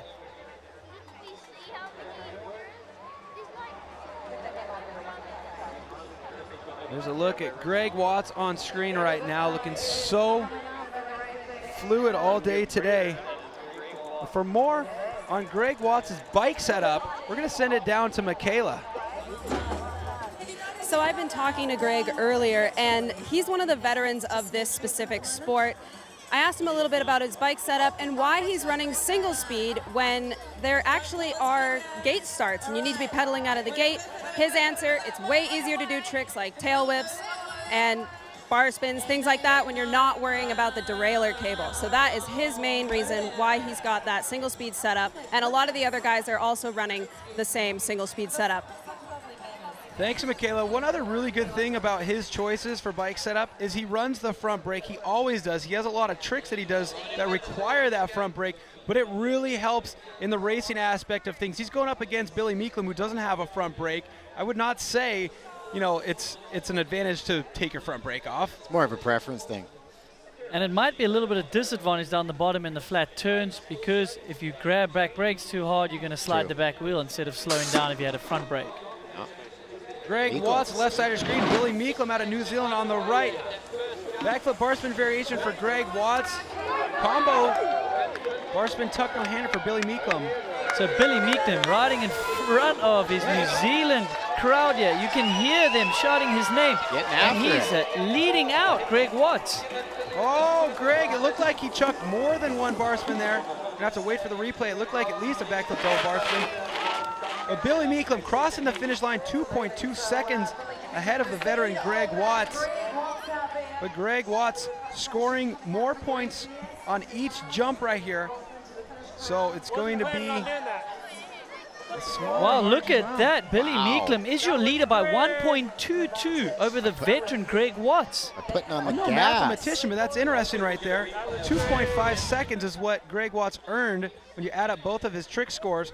Here we go. Backflip, bar spin to bar spin back. So that should be worth more than a backflip double bar spin. He's actually spinning the handlebars 2 separate directions on each of those bar spins. But Billy McLean, he was fast through the rollers, pumping hard, making sure that back wheel stays on the ground at all times. A good technique from Billy. And he was also throwing combos at the top, even though he wasn't upside down or spinning. That's obviously going to give him a little bit of points with the judges. A lot better than the straight air. Duck no hander to toboggan, but then a backflip. Oh my goodness! Greg Watts, backflip, bar spin, to bar spin the other direction, to bar spin the original direction. That's a backflip insane. with 3 bar spins. That has to be a perfect Well done, 100. Mons. Yeah, we saw that back in Innsbruck, and we saw how well it scored, so he knows he can pull that out. Okay, so 1.25 is what he gets to take off from each jump, so 2.5 seconds. Wow, I did not expect that. 1.22, I'm trying to figure that out. It didn't seem like they were that far apart across No, the they finish were. line. They were almost 2 seconds apart, so Billy was really 2.6 fast or down the something. bottom. And Greg just hasn't clawed back enough, so that's why you see he's in white there. Billy has the advantage, as well as Martin Söderström. That's uncharacteristic from Thomas Lemoyne, making a huge mistake. We've seen it all of last year, how clean he was. Kyle Straight also made a mistake, so we're not going to see potentially number 1 and 2 qualifiers in our final. Absolutely, a bit of a mix-up. Well, Thomas Lemoyne will be in this next bracket, but of course we're going to be seeing him later on in the week in slopestyle. Take a look.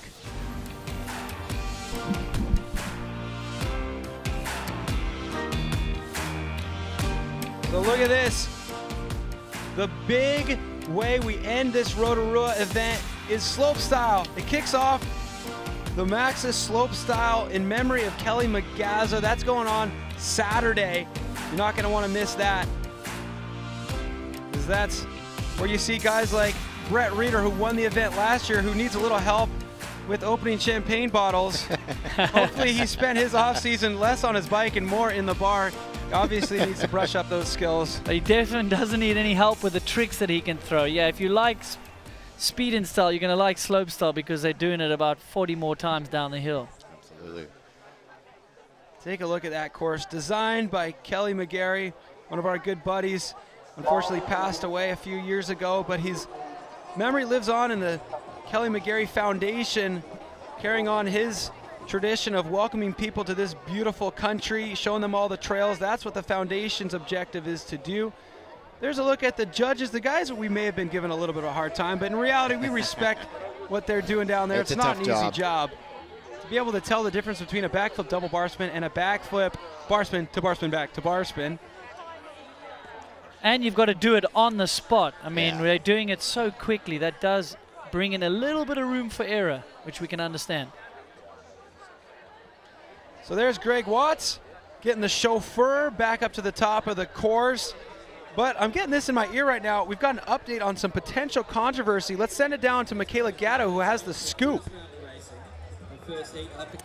Yeah, so I just talked to Greg Watts, and apparently the judges may have missed part of one of his tricks. I was half listening, flip, bar. I'm not going to quote because I can't remember exactly what he said, but I think he wants the judges to take another look at his run and see if there's some rescoring to be done there. He seemed a little bit emotional, a little bit upset, so hopefully the judges can take a second look and see if that is something that they missed. I personally, thank you, Michaela. I think they missed it, Darren. I think that should have been the maximum, I think, which would usually equate to 1.32 off for that jump. Yeah. And the fact that he had 1.25 for that jump, that means they didn't realize that. Absolutely. They should have caught that, but it's pretty tough. But the unfortunate thing is, I mean, he's still 1.2 back, so even if he gets a little bit more help from the judges, it seems like he's still going to be down. He's and still that's probably what he's not going to realize, though. He's still got a lot of work ahead of him to get ahead on the next heat. Yeah, absolutely. It's funny, the two micro little mistakes we've seen from the judges, they ended up not really meaning so much once we break it all down, but hopefully they still have the opportunity to adjust that, so he still has a better chance of making it. How about we go back to a replay and give you a look at what we're talking about?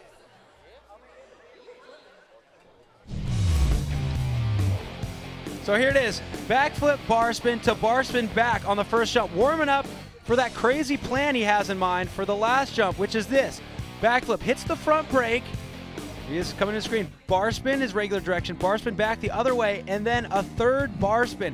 So in the 2018 season, that was scoring the maximum amount of points. So you know when he's back at home practicing, he's thinking this trick is the one I have to have unlocked. So to not be rewarded, of course, after all the training. Bumped. Yeah. Definitely. Here he goes, explain. Let's listen in. Flip bar back. And both of those were scored lower than what the flip bar back was scored the round before. So, sorry, I'm on Twitter. So there we have it. You guys can hear he's talking about what we were talking about. It's not, we can't blame the judges too much. It is happening really quickly, but he's trying to explain he did the same trick in the previous heat and he's got scored less this heat.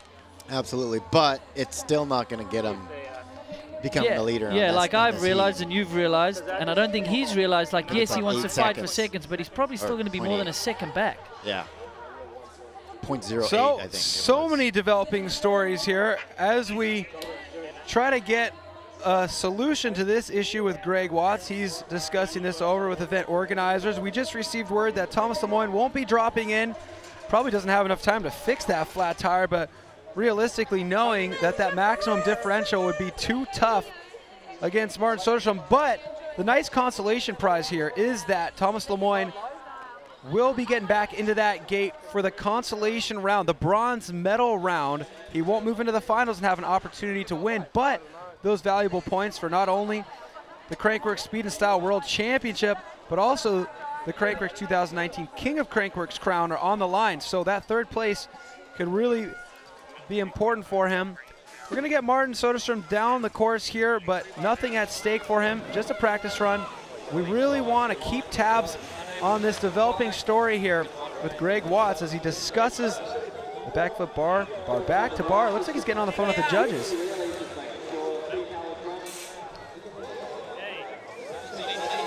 It's understandable. He obviously wants to fight for as much time as he can get. So he's obviously giving Chopper a call, just saying, look, let's just make sure you've seen what you've seen. And if they have, then you know what? Their final call is their final call. But it's really understandable that he's communicating that. Listen to this. I did 3 bar spins in a backflip, and the second one was switch. Oh, I love this. This is good. This is great, guys. We're getting a real insight into the emotions that build here in Speed and Style. These guys fly all across the world. They want to make sure that they put their best foot forward. Yeah, no worries, no worries. Yeah, I saw the replay. Here, I gotta race. Sorry, Mom, I gotta go race. Hey, all right, buddy, just give me the points and I'm gonna go race, all right? Yeah. Absolutely. He's got some work. You know what, that might be some fire in the belly. But I mean, he can't do much more. He's trying to say, I did the best trick. I did 3 bar spins. You gave me max points last time. What more do you want from me? Exactly. Well, Greg Watts fighting hard on the course, but also off the course, defending himself, via cellular communication device. Yeah, we're up. But it's going to be tight here. Greg's got quite a deficit to upset right now. But if anybody can do it, he's got a great chance here. He's going up against the Kiwi, Billy Meeklum. But this is where he's got to calm his nerve. He's got to calm his emotions because he knows what he can do on the bike. But now, you know, he's worked up. Yeah. He's got to breathe. He's got to relax. He's got to forget about that. That's the past. The present is he's got to put some pressure on Billy. Billy is the youngster. He can potentially use that experience and force a mistake. So before we drop this next heat here, we got to just remind you what we're talking about, what the controversial issue at hand was. That man right there, Greg Watts, doing a trick called the backflip bar spin to bar spin back to bar spin again. It occurred on the second jump. You're looking at the first jump right now. And that was his run against Victor Duhan. Well, we're only looking at the first jump here right now, but just imagine that trick, but with another bar spin afterwards. And that's why I think the confusion originated was they thought it was just 2 bar spins. Absolutely. But he's saying it's easy to miss. Yeah, absolutely. Saying it was 3 bar spins. Yeah. One of them was opposite. Always frustrating getting underjudged at events. But that's why it's important to stand up for yourself. Better to be frustrated now and fix it than go to sleep tonight going, oh, man. Because there's a gold medal at stake here if you make it out of this round. But that's old news for Greg Watts. He's got to get focused here. Deep breaths for him, and hopefully he can calm those emotions and use it as fuel.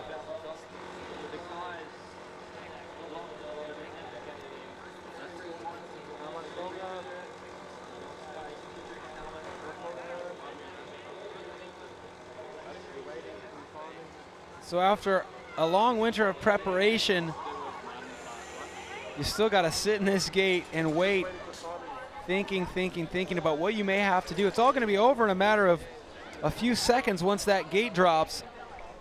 Do you think Greg's going to do the same run, same tricks? I feel like he has to right now. He's already campaigned and fought for the right to be rewarded appropriately for it. He's already getting max score. Yeah, he knows that Almost. it will accomplish max score, so he might as well. I mean, easy for us to say. Right. We're not the ones who have to lean back, hit the front brake, throw the bars 3 times. And then get on the gas and not miss your gates. But look at this. It's only a .17, so this is a real race here. Yeah, this is Okay, cool. so this has worth fighting totally for. changed everything. So after they adjusted his score, to be fair for what trick he did, there's only .17 separating these riders as they drop in for their second run. Yeah, so that's a lot different to what me and Beklo were kind of number crunching in our head. But obviously, they've really given him reward for those big tricks. Billy Meekum's So he's stoked and surprised right now. Yep. Not really looking like it, but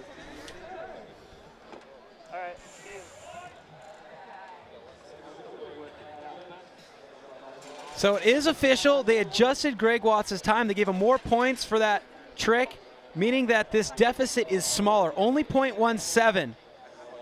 Squeaky So wheel Billy gets the Meekum grease. is going to have to ride as fast as he did last run, but he's also, it would behoove him to increase his trick score. He's been doing those combinations, but when things get into the round of 4, the game changes. There we go, gate drop. Billy Meekum getting to that jump first. Oh, the back flip. Bar spin to suicide on the first jump, so Greg Watts Billy switching it up. He is flying in front of the hometown crowd here. The New Zealander here in Rotorua. Greg Watts, though, looks a little bit closer to him than the first run, and that's what Greg Watts needs. Oh, Greg Watts. He's done the trick again, Cam. But he also got maximum points on the first jump, so then he did a trick that will definitely get maximum points on the last jump. So 2.01 separating them. It's going to be 2.64 that he'll make up, but Billy Meekum playing great defense, taking off 0.83 on jump number 1, 0.69 on jump number 2. We've got to crunch these numbers here because it's going to be close. You can see the delay there. They're making Billy sure this Meekum! It doesn't make any sense yet. I didn't really see a score for the second jump there. Yeah, it came down to time.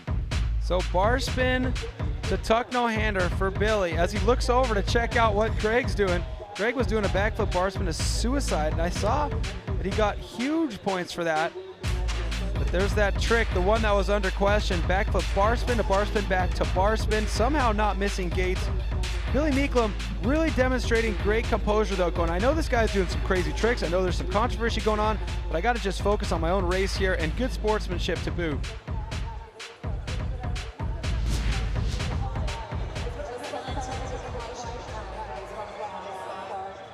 So, here we go. It seems to be official here. I was like 2 seconds behind.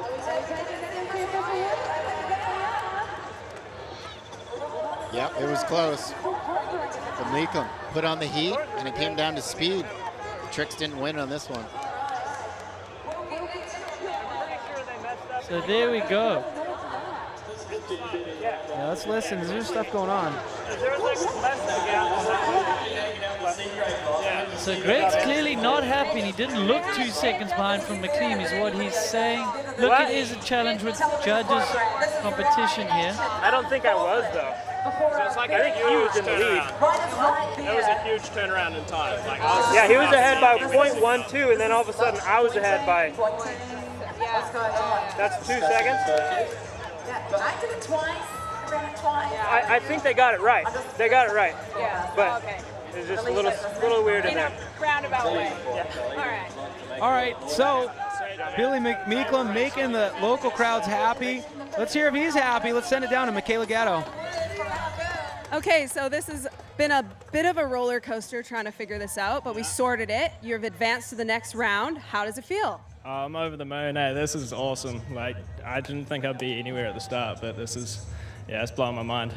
That's amazing. So what can you tell us a little bit about your mentality going into this? Do you have an idea of where you are going to fit in to the roster, or are you just no expectations?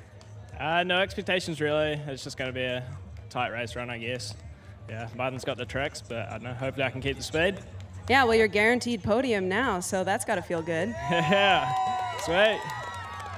Glad to see a local New Zealand guy up on there. Yeah, boy. Good job, good luck. Cheers, Michaela. Yep. Yeah, boy. Way to go, Billy Meeklum. I'm sure when he woke up this morning, he wasn't expecting to find himself in the finals here at the Mons Royale Speed and Style Rotorua. He'll be facing off against last year's winner, Martin Söderström. But battling for the bronze medal will be two big names in this sport, looking for those valuable points. Thomas Lemoyne had that flat tire, and Greg Watts. And if you're enjoying the action here on Red Bull TV, there's a whole lot more coming. You might also like this event. Take a look. So if you're a fan of live broadcasts of top-level sporting events, you're digging what you're seeing here at Crankworx Rotorua, make sure you tune in for the WRC in Corsica, known as the Rally of 10,000 Corners. Every one of them counts. Catch it March 29th through 31st on Red Bull TV.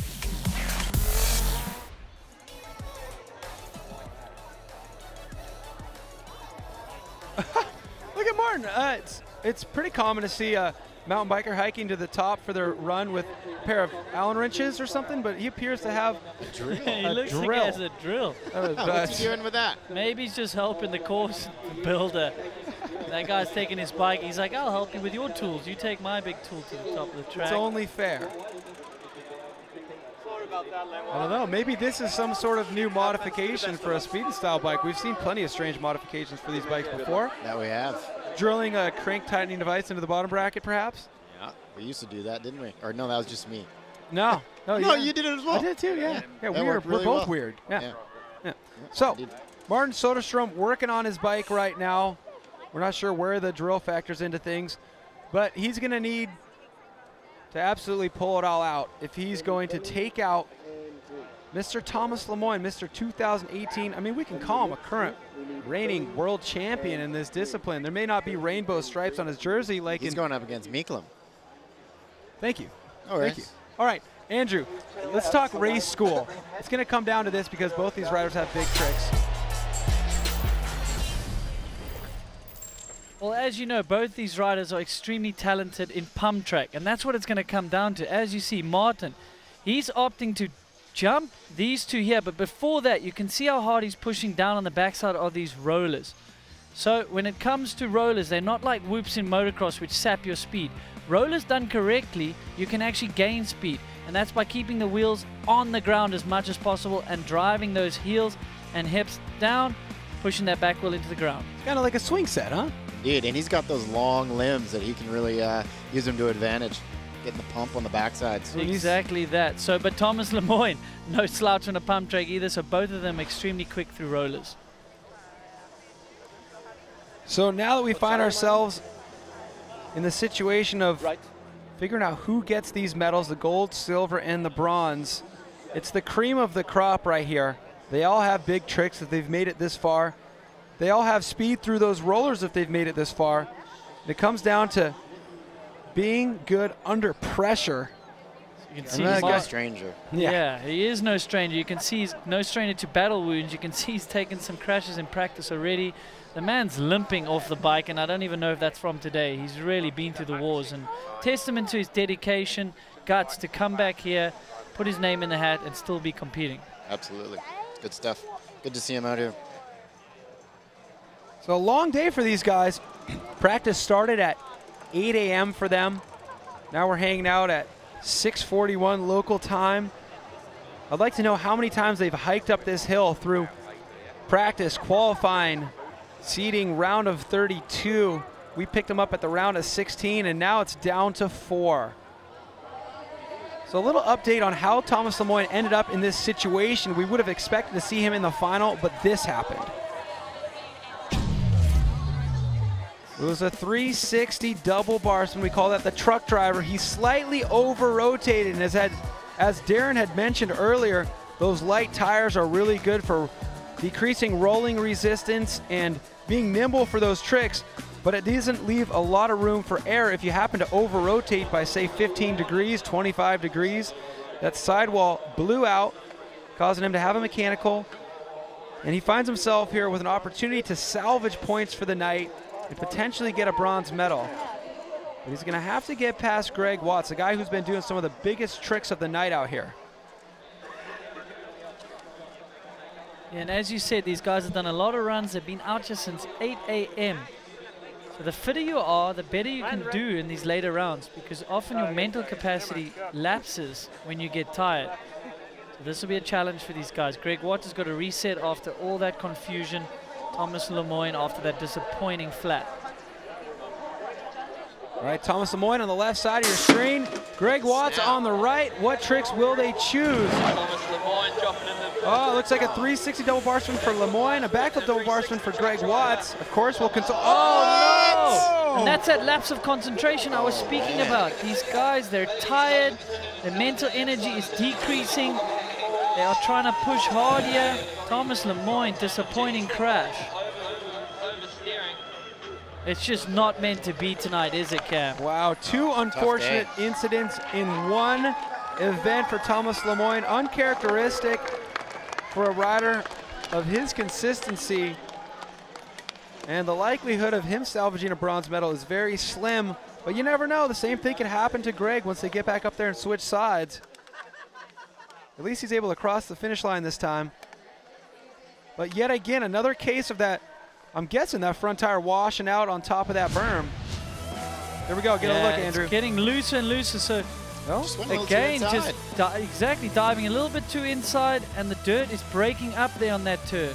Well, maybe trying to overcompensate for the fact that people have been going over these berms. These guys are just pushing really hard in these later rounds, and as you can see, he's just come in too fast. He's tired. The berm's not supporting him. Yeah, fatigue definitely playing a factor out here. But Lemoyne has to shake it off. This is the beginning of a long week for him. He still has pump track coming up and then slopestyle on Saturday. And these riders, like you said, they're choosing really light tires, the casing. But as well, I've seen these tires. There's not a lot of grip on them, so they're fast rolling. But there's not a lot of side knob, and that's why you'll see them losing it in those hard packed turns. Absolutely. So take a look at this right here. Run number one of our gold medal matchup. The defending champion from last year's event right here in Rotorua, Martin Söderström. He wants to make it 2 years in a row. He also won in 2015. But Billy Meeklem, the new kid on the block from Christchurch, New Zealand, looking to be the speed bump in Martin's quest for back-to-back glory. Martin's got the speed as well, though. So Martin with all of it to lose. Billy McLean is already guaranteed a medal. Double tail for Martin Söderström. That bar's been a tuck no-hander for Billy Meeklem. Both through those turns clean. That's commitment by both riders. The conditions are getting more tricky and more tricky as this night goes on. Into this final jump here. Tuck no-hander to toboggan for Billy Meeklem in a 360 table classic style. So Billy McLean knows he's going for speed, but Martin is playing it almost a little bit safer with some of the tricks, knowing that he's close in speed. Now, Darren, you said something right there in that final straightaway. Do you think that somebody missed a gate there? Yeah, I saw that Meeklem might have missed a gate there on the first way, one. we're going to have to consult the replay for that. Until we figure that out, looks like Billy Meeklem crossing that finish line first, but let's take a look back at the jumps here. Side-by-side action, double tail up from Martin Söderström. That barspin to tuck no-hander has been treating Billy well all evening. Sure has. Yeah, he's getting decent scores from that trick, isn't he? Well, to consistently do it, that's a tough combo. It is. Really impressive.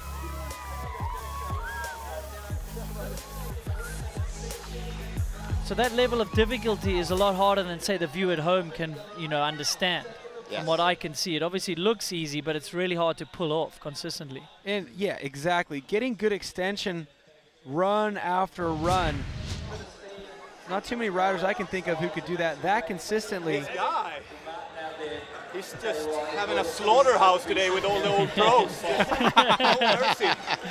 Yes. Billy Meeklum on a tear, taking names in the process right now. All right, here we go. Wow. Billy Meeklum leads this run by only 0.19. It's too many numbers. So Söderström says you can't understand, but what you do need to understand, Söderström, you are behind going into the next heat. Your name is not in yellow. And then we're going to see our bronze medal matchup. Greg Watts, he's leading the way there with Thomas Lemoyne going down. Well, Martin Söderström, all you need to know is if you want to win 2 years in a row, get another gold medal, you're going to have to beat Billy by more than 0.19. This is the Mons Royale Speed and Style Rotorua. When we come back, we're going to figure out who gets the bronze, who gets the silver, and who gets the gold. Don't go away.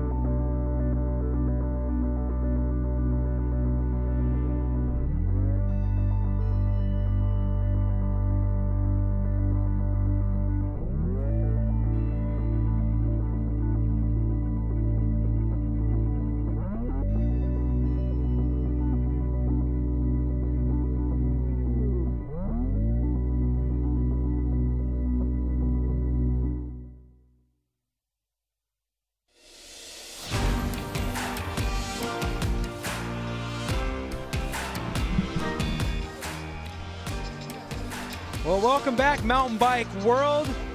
You've programmed your computer, TV, mobile device, whatever you're watching on, to the right spot if you love mountain biking, because we're kicking off the 2019 Crankworx World Tour.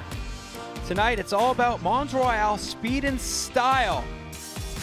We've got top riders in the sport, but we've boiled them down to the final 4 and 1 run to go for the bronze medal match, 1 run to go for the gold medal match. But first up, we're going to have the bronze medal matchup, and for more on that, let's send it down to Michaela. Okay, so I just heard that Lemoyne actually isn't going to drop into this bronze medal round. However, he still gets 50 points towards King of Crankworx standings. So it's better than nothing. He's had a rough day, the flat, coming back from that, but at least he gets 50 points. Take a look back at what went wrong here for Thomas Lemoyne. And you know what? I agree. Without a max differential and with so many more events to go for him, pump track tomorrow, slopestyle on Saturday, it's best for him to just say, all right, Greg, you can have that bronze medal matchup, because I'm not going to be able to beat Greg by more than 10 seconds or whatever the differential is. I feel like that's quite the mountain to summit right there. So Lemoyne looking forward to the future events here for him later on this week. But Greg Watts, I suppose, can celebrate a bronze medal here. Run. Yeah, a little bit of a glory run, redemption for a bit of that confusion, but Billy McLean taking him out. But he's going to rack up some points for the overall, with people like Lemoyne being in 4th. Carl Strait went out way earlier. Someone like Greg Watts could be a danger man for the series. If we start getting a max differential out here, maybe you'll see riders not just throwing the towel when they have an issue in their run. Sounds like a little bit of a hint there, Cam. Yeah, a subtle hint. But here we go. Greg Watts doing it for the crowd there, celebrating this bronze medal here. And the crowd celebrating with him. A nice round of applause. Greg Watts had a great season last year. He was 2nd in Whistler. He was 3rd in Innsbruck. So this is definitely going to help. There we go. Backflip bar spin, a 1-footed can. He has so many tricks that may not have scored high for the race, but the fans love it. And this run's all about show. So Greg Watts going to take some hardware home to Nevada. Bronze medalist hanging out in that finish line corral. Let's send it down to Michaela for a word. Man, what an emotional day, hey? Yeah, I think in the end everything was correct and everything. There's a little confusion there, but it was pretty cool racing out there. It's been a long winter for me, so good to get back on my bike on some dirt. What have you been up to? That's been a real snowy winter. I live near Tahoe, so been riding Woodward a bit, and yeah, Tahoe.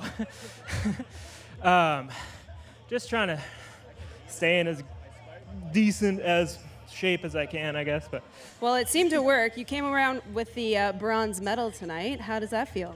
Feels good, man. I stoked to get this year going after that winter.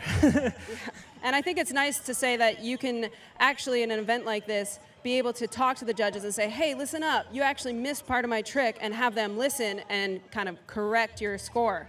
Yeah, Crankworx has always been about the athletes, and if there's a discrepancy or whatever, they're on it, and tried not to hold the show up as much as I could, but sorry. Hey, everybody wants it to be fair and everybody to get it right, so it's good you spoke up and you stayed your cool and came away with the bronze medal. Congratulations. Oh, thanks, yeah, and they definitely got it right. I think there was just some confusion, so yeah.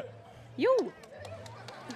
Greg Watts taking home that bronze medal. That's got to feel great. Like he said, after a long winter, I know what it's like to be stuck in the snow. You do too, Darren. Absolutely. So it's great to see dirt out here. It's great to put the tires in the dirt. But right now, it's all about the big question. Who's going to take home that gold medal? Will it be Martin Söderström for the second year in a row, making it his third gold medal here from Rotorua Speed and Style? Or will it be Billy Meeklum, the underdog rookie from Christchurch, New Zealand, who's obviously got a huge future in this sport? It's going to be fun to follow his path. But let's take a look back at run number 1. The stage is set because of this run. Take a look. First jump, double tail up for Martin Söderström. Bar spin to tuck no hander, getting great extension for Billy Meeklum. And then the second jump, more combos out of Meeklum in that classic Martin Söderström style in that 360 table. Well, we all know who the hometown crowd is rooting for here, but Martin, I feel, has maybe a bigger bag of tricks for that second jump. He's got his double tail up on the first jump, which scores well. Billy Meeklum's getting scored really well for his combo, but I think Martin's got a little bit more left in the tank on that second jump, so let's look for him to push it out. That's a good trick. He's normally got that on lock. Yep. That's good foreshadowing there, Darren. We know that Martin Söderström has so many more tricks, and is he saving the 360 tail whip for this final run? Now you say the crowd's really going to be behind New Zealand's Billy Meeklum, but Martin Söderström, he's a crowd favorite out here. He's put the time in. He has 2 Speed and Style wins underneath his belt, and they know his story, how many injuries he's fought through. So I'm sure he's going to have a lot of people cheering for him as well. This is going to be a loud run. So our defending champ, Martin Söderström, well, composed there, checking his bars. Well, something to think about. His formula so far has been double tail up on the first jump, 360 table. If he does the 3-whip on the last jump, he'll need the ability to do another wrap on those cables, so he may have been testing it out.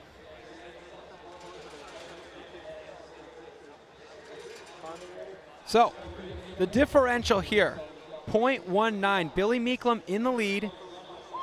Martin Söderström has bigger tricks, but that just goes to show how fast Billy has been. To be able to do those combos, the bar spin to tuck no hander on the first jump, the tuck no hander to toboggan on the second jump. So the relatively unknown versus the veteran of our sport, our defending champion, Martin Söderström. Well, here we go. They're standing up. This is the gold medal round in the Mons Royale Speed and Style Rotorua. We're moments away from giving away this title. Here we go. Oh, the 360 double tail for Söderström. Down. This is going to be huge for Billy Meeklum. Rotorua is making some noise here. Billy Meeklum has taken down big name after big name after big name. Oh, this is the moment this kid launches his career. Expect to see much more from this youngster out of Christchurch, New Zealand. Let's hear it for Christchurch World. They need something to smile about right now. And Billy Meeklum, wow, give him that reason. Upset, Cam. I have to say, I would almost doubt that strategy by Martin Söderström. I think he could have gone with a double tail up on the first jump and then gone for a bigger one on the second jump and kept it even with Billy. But he's gone checkers or wreckers there, so you know what? He went for it. You got to give him that. Exactly. No guts, no glory for Martin. Well, this has to be the biggest moment of this kid's career right here. He celebrates with Joe Simpson, but I want to see him celebrate with Michaela. Get in there, Michaela. Okay, I got to chase this guy down. He's got all his buddies here cheering for him. We're just letting him revel in this moment. That is absolutely amazing. This is the first time you've ever competed in Speed and Style, correct? Yeah, I only just got the invite last week, so yeah, I'm ecstatic. And you've maintained this composure the entire night. I've been watching you. You just seem so calm. You didn't seem nervous at all. How do you do it? I don't know. It seems to be a lot easier than racing a downhill bike.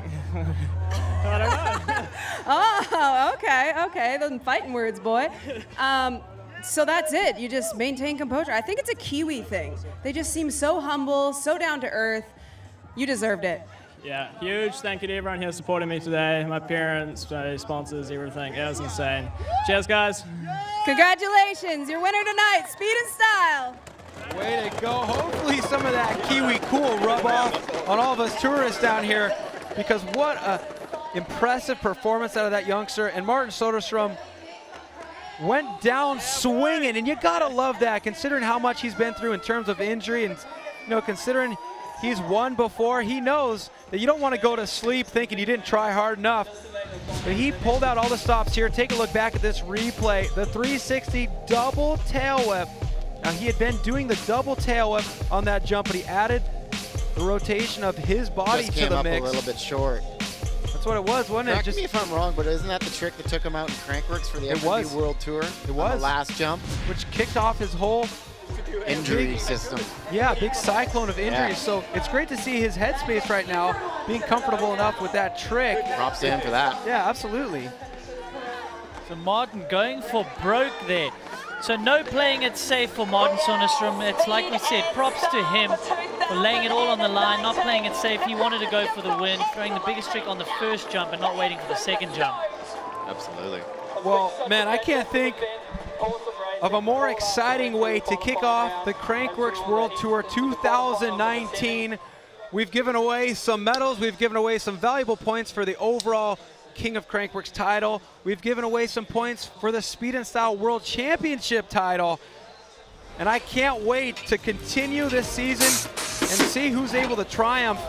Will Thomas Lemoyne be able to crawl his way back from a tough first event to defend his World Championship?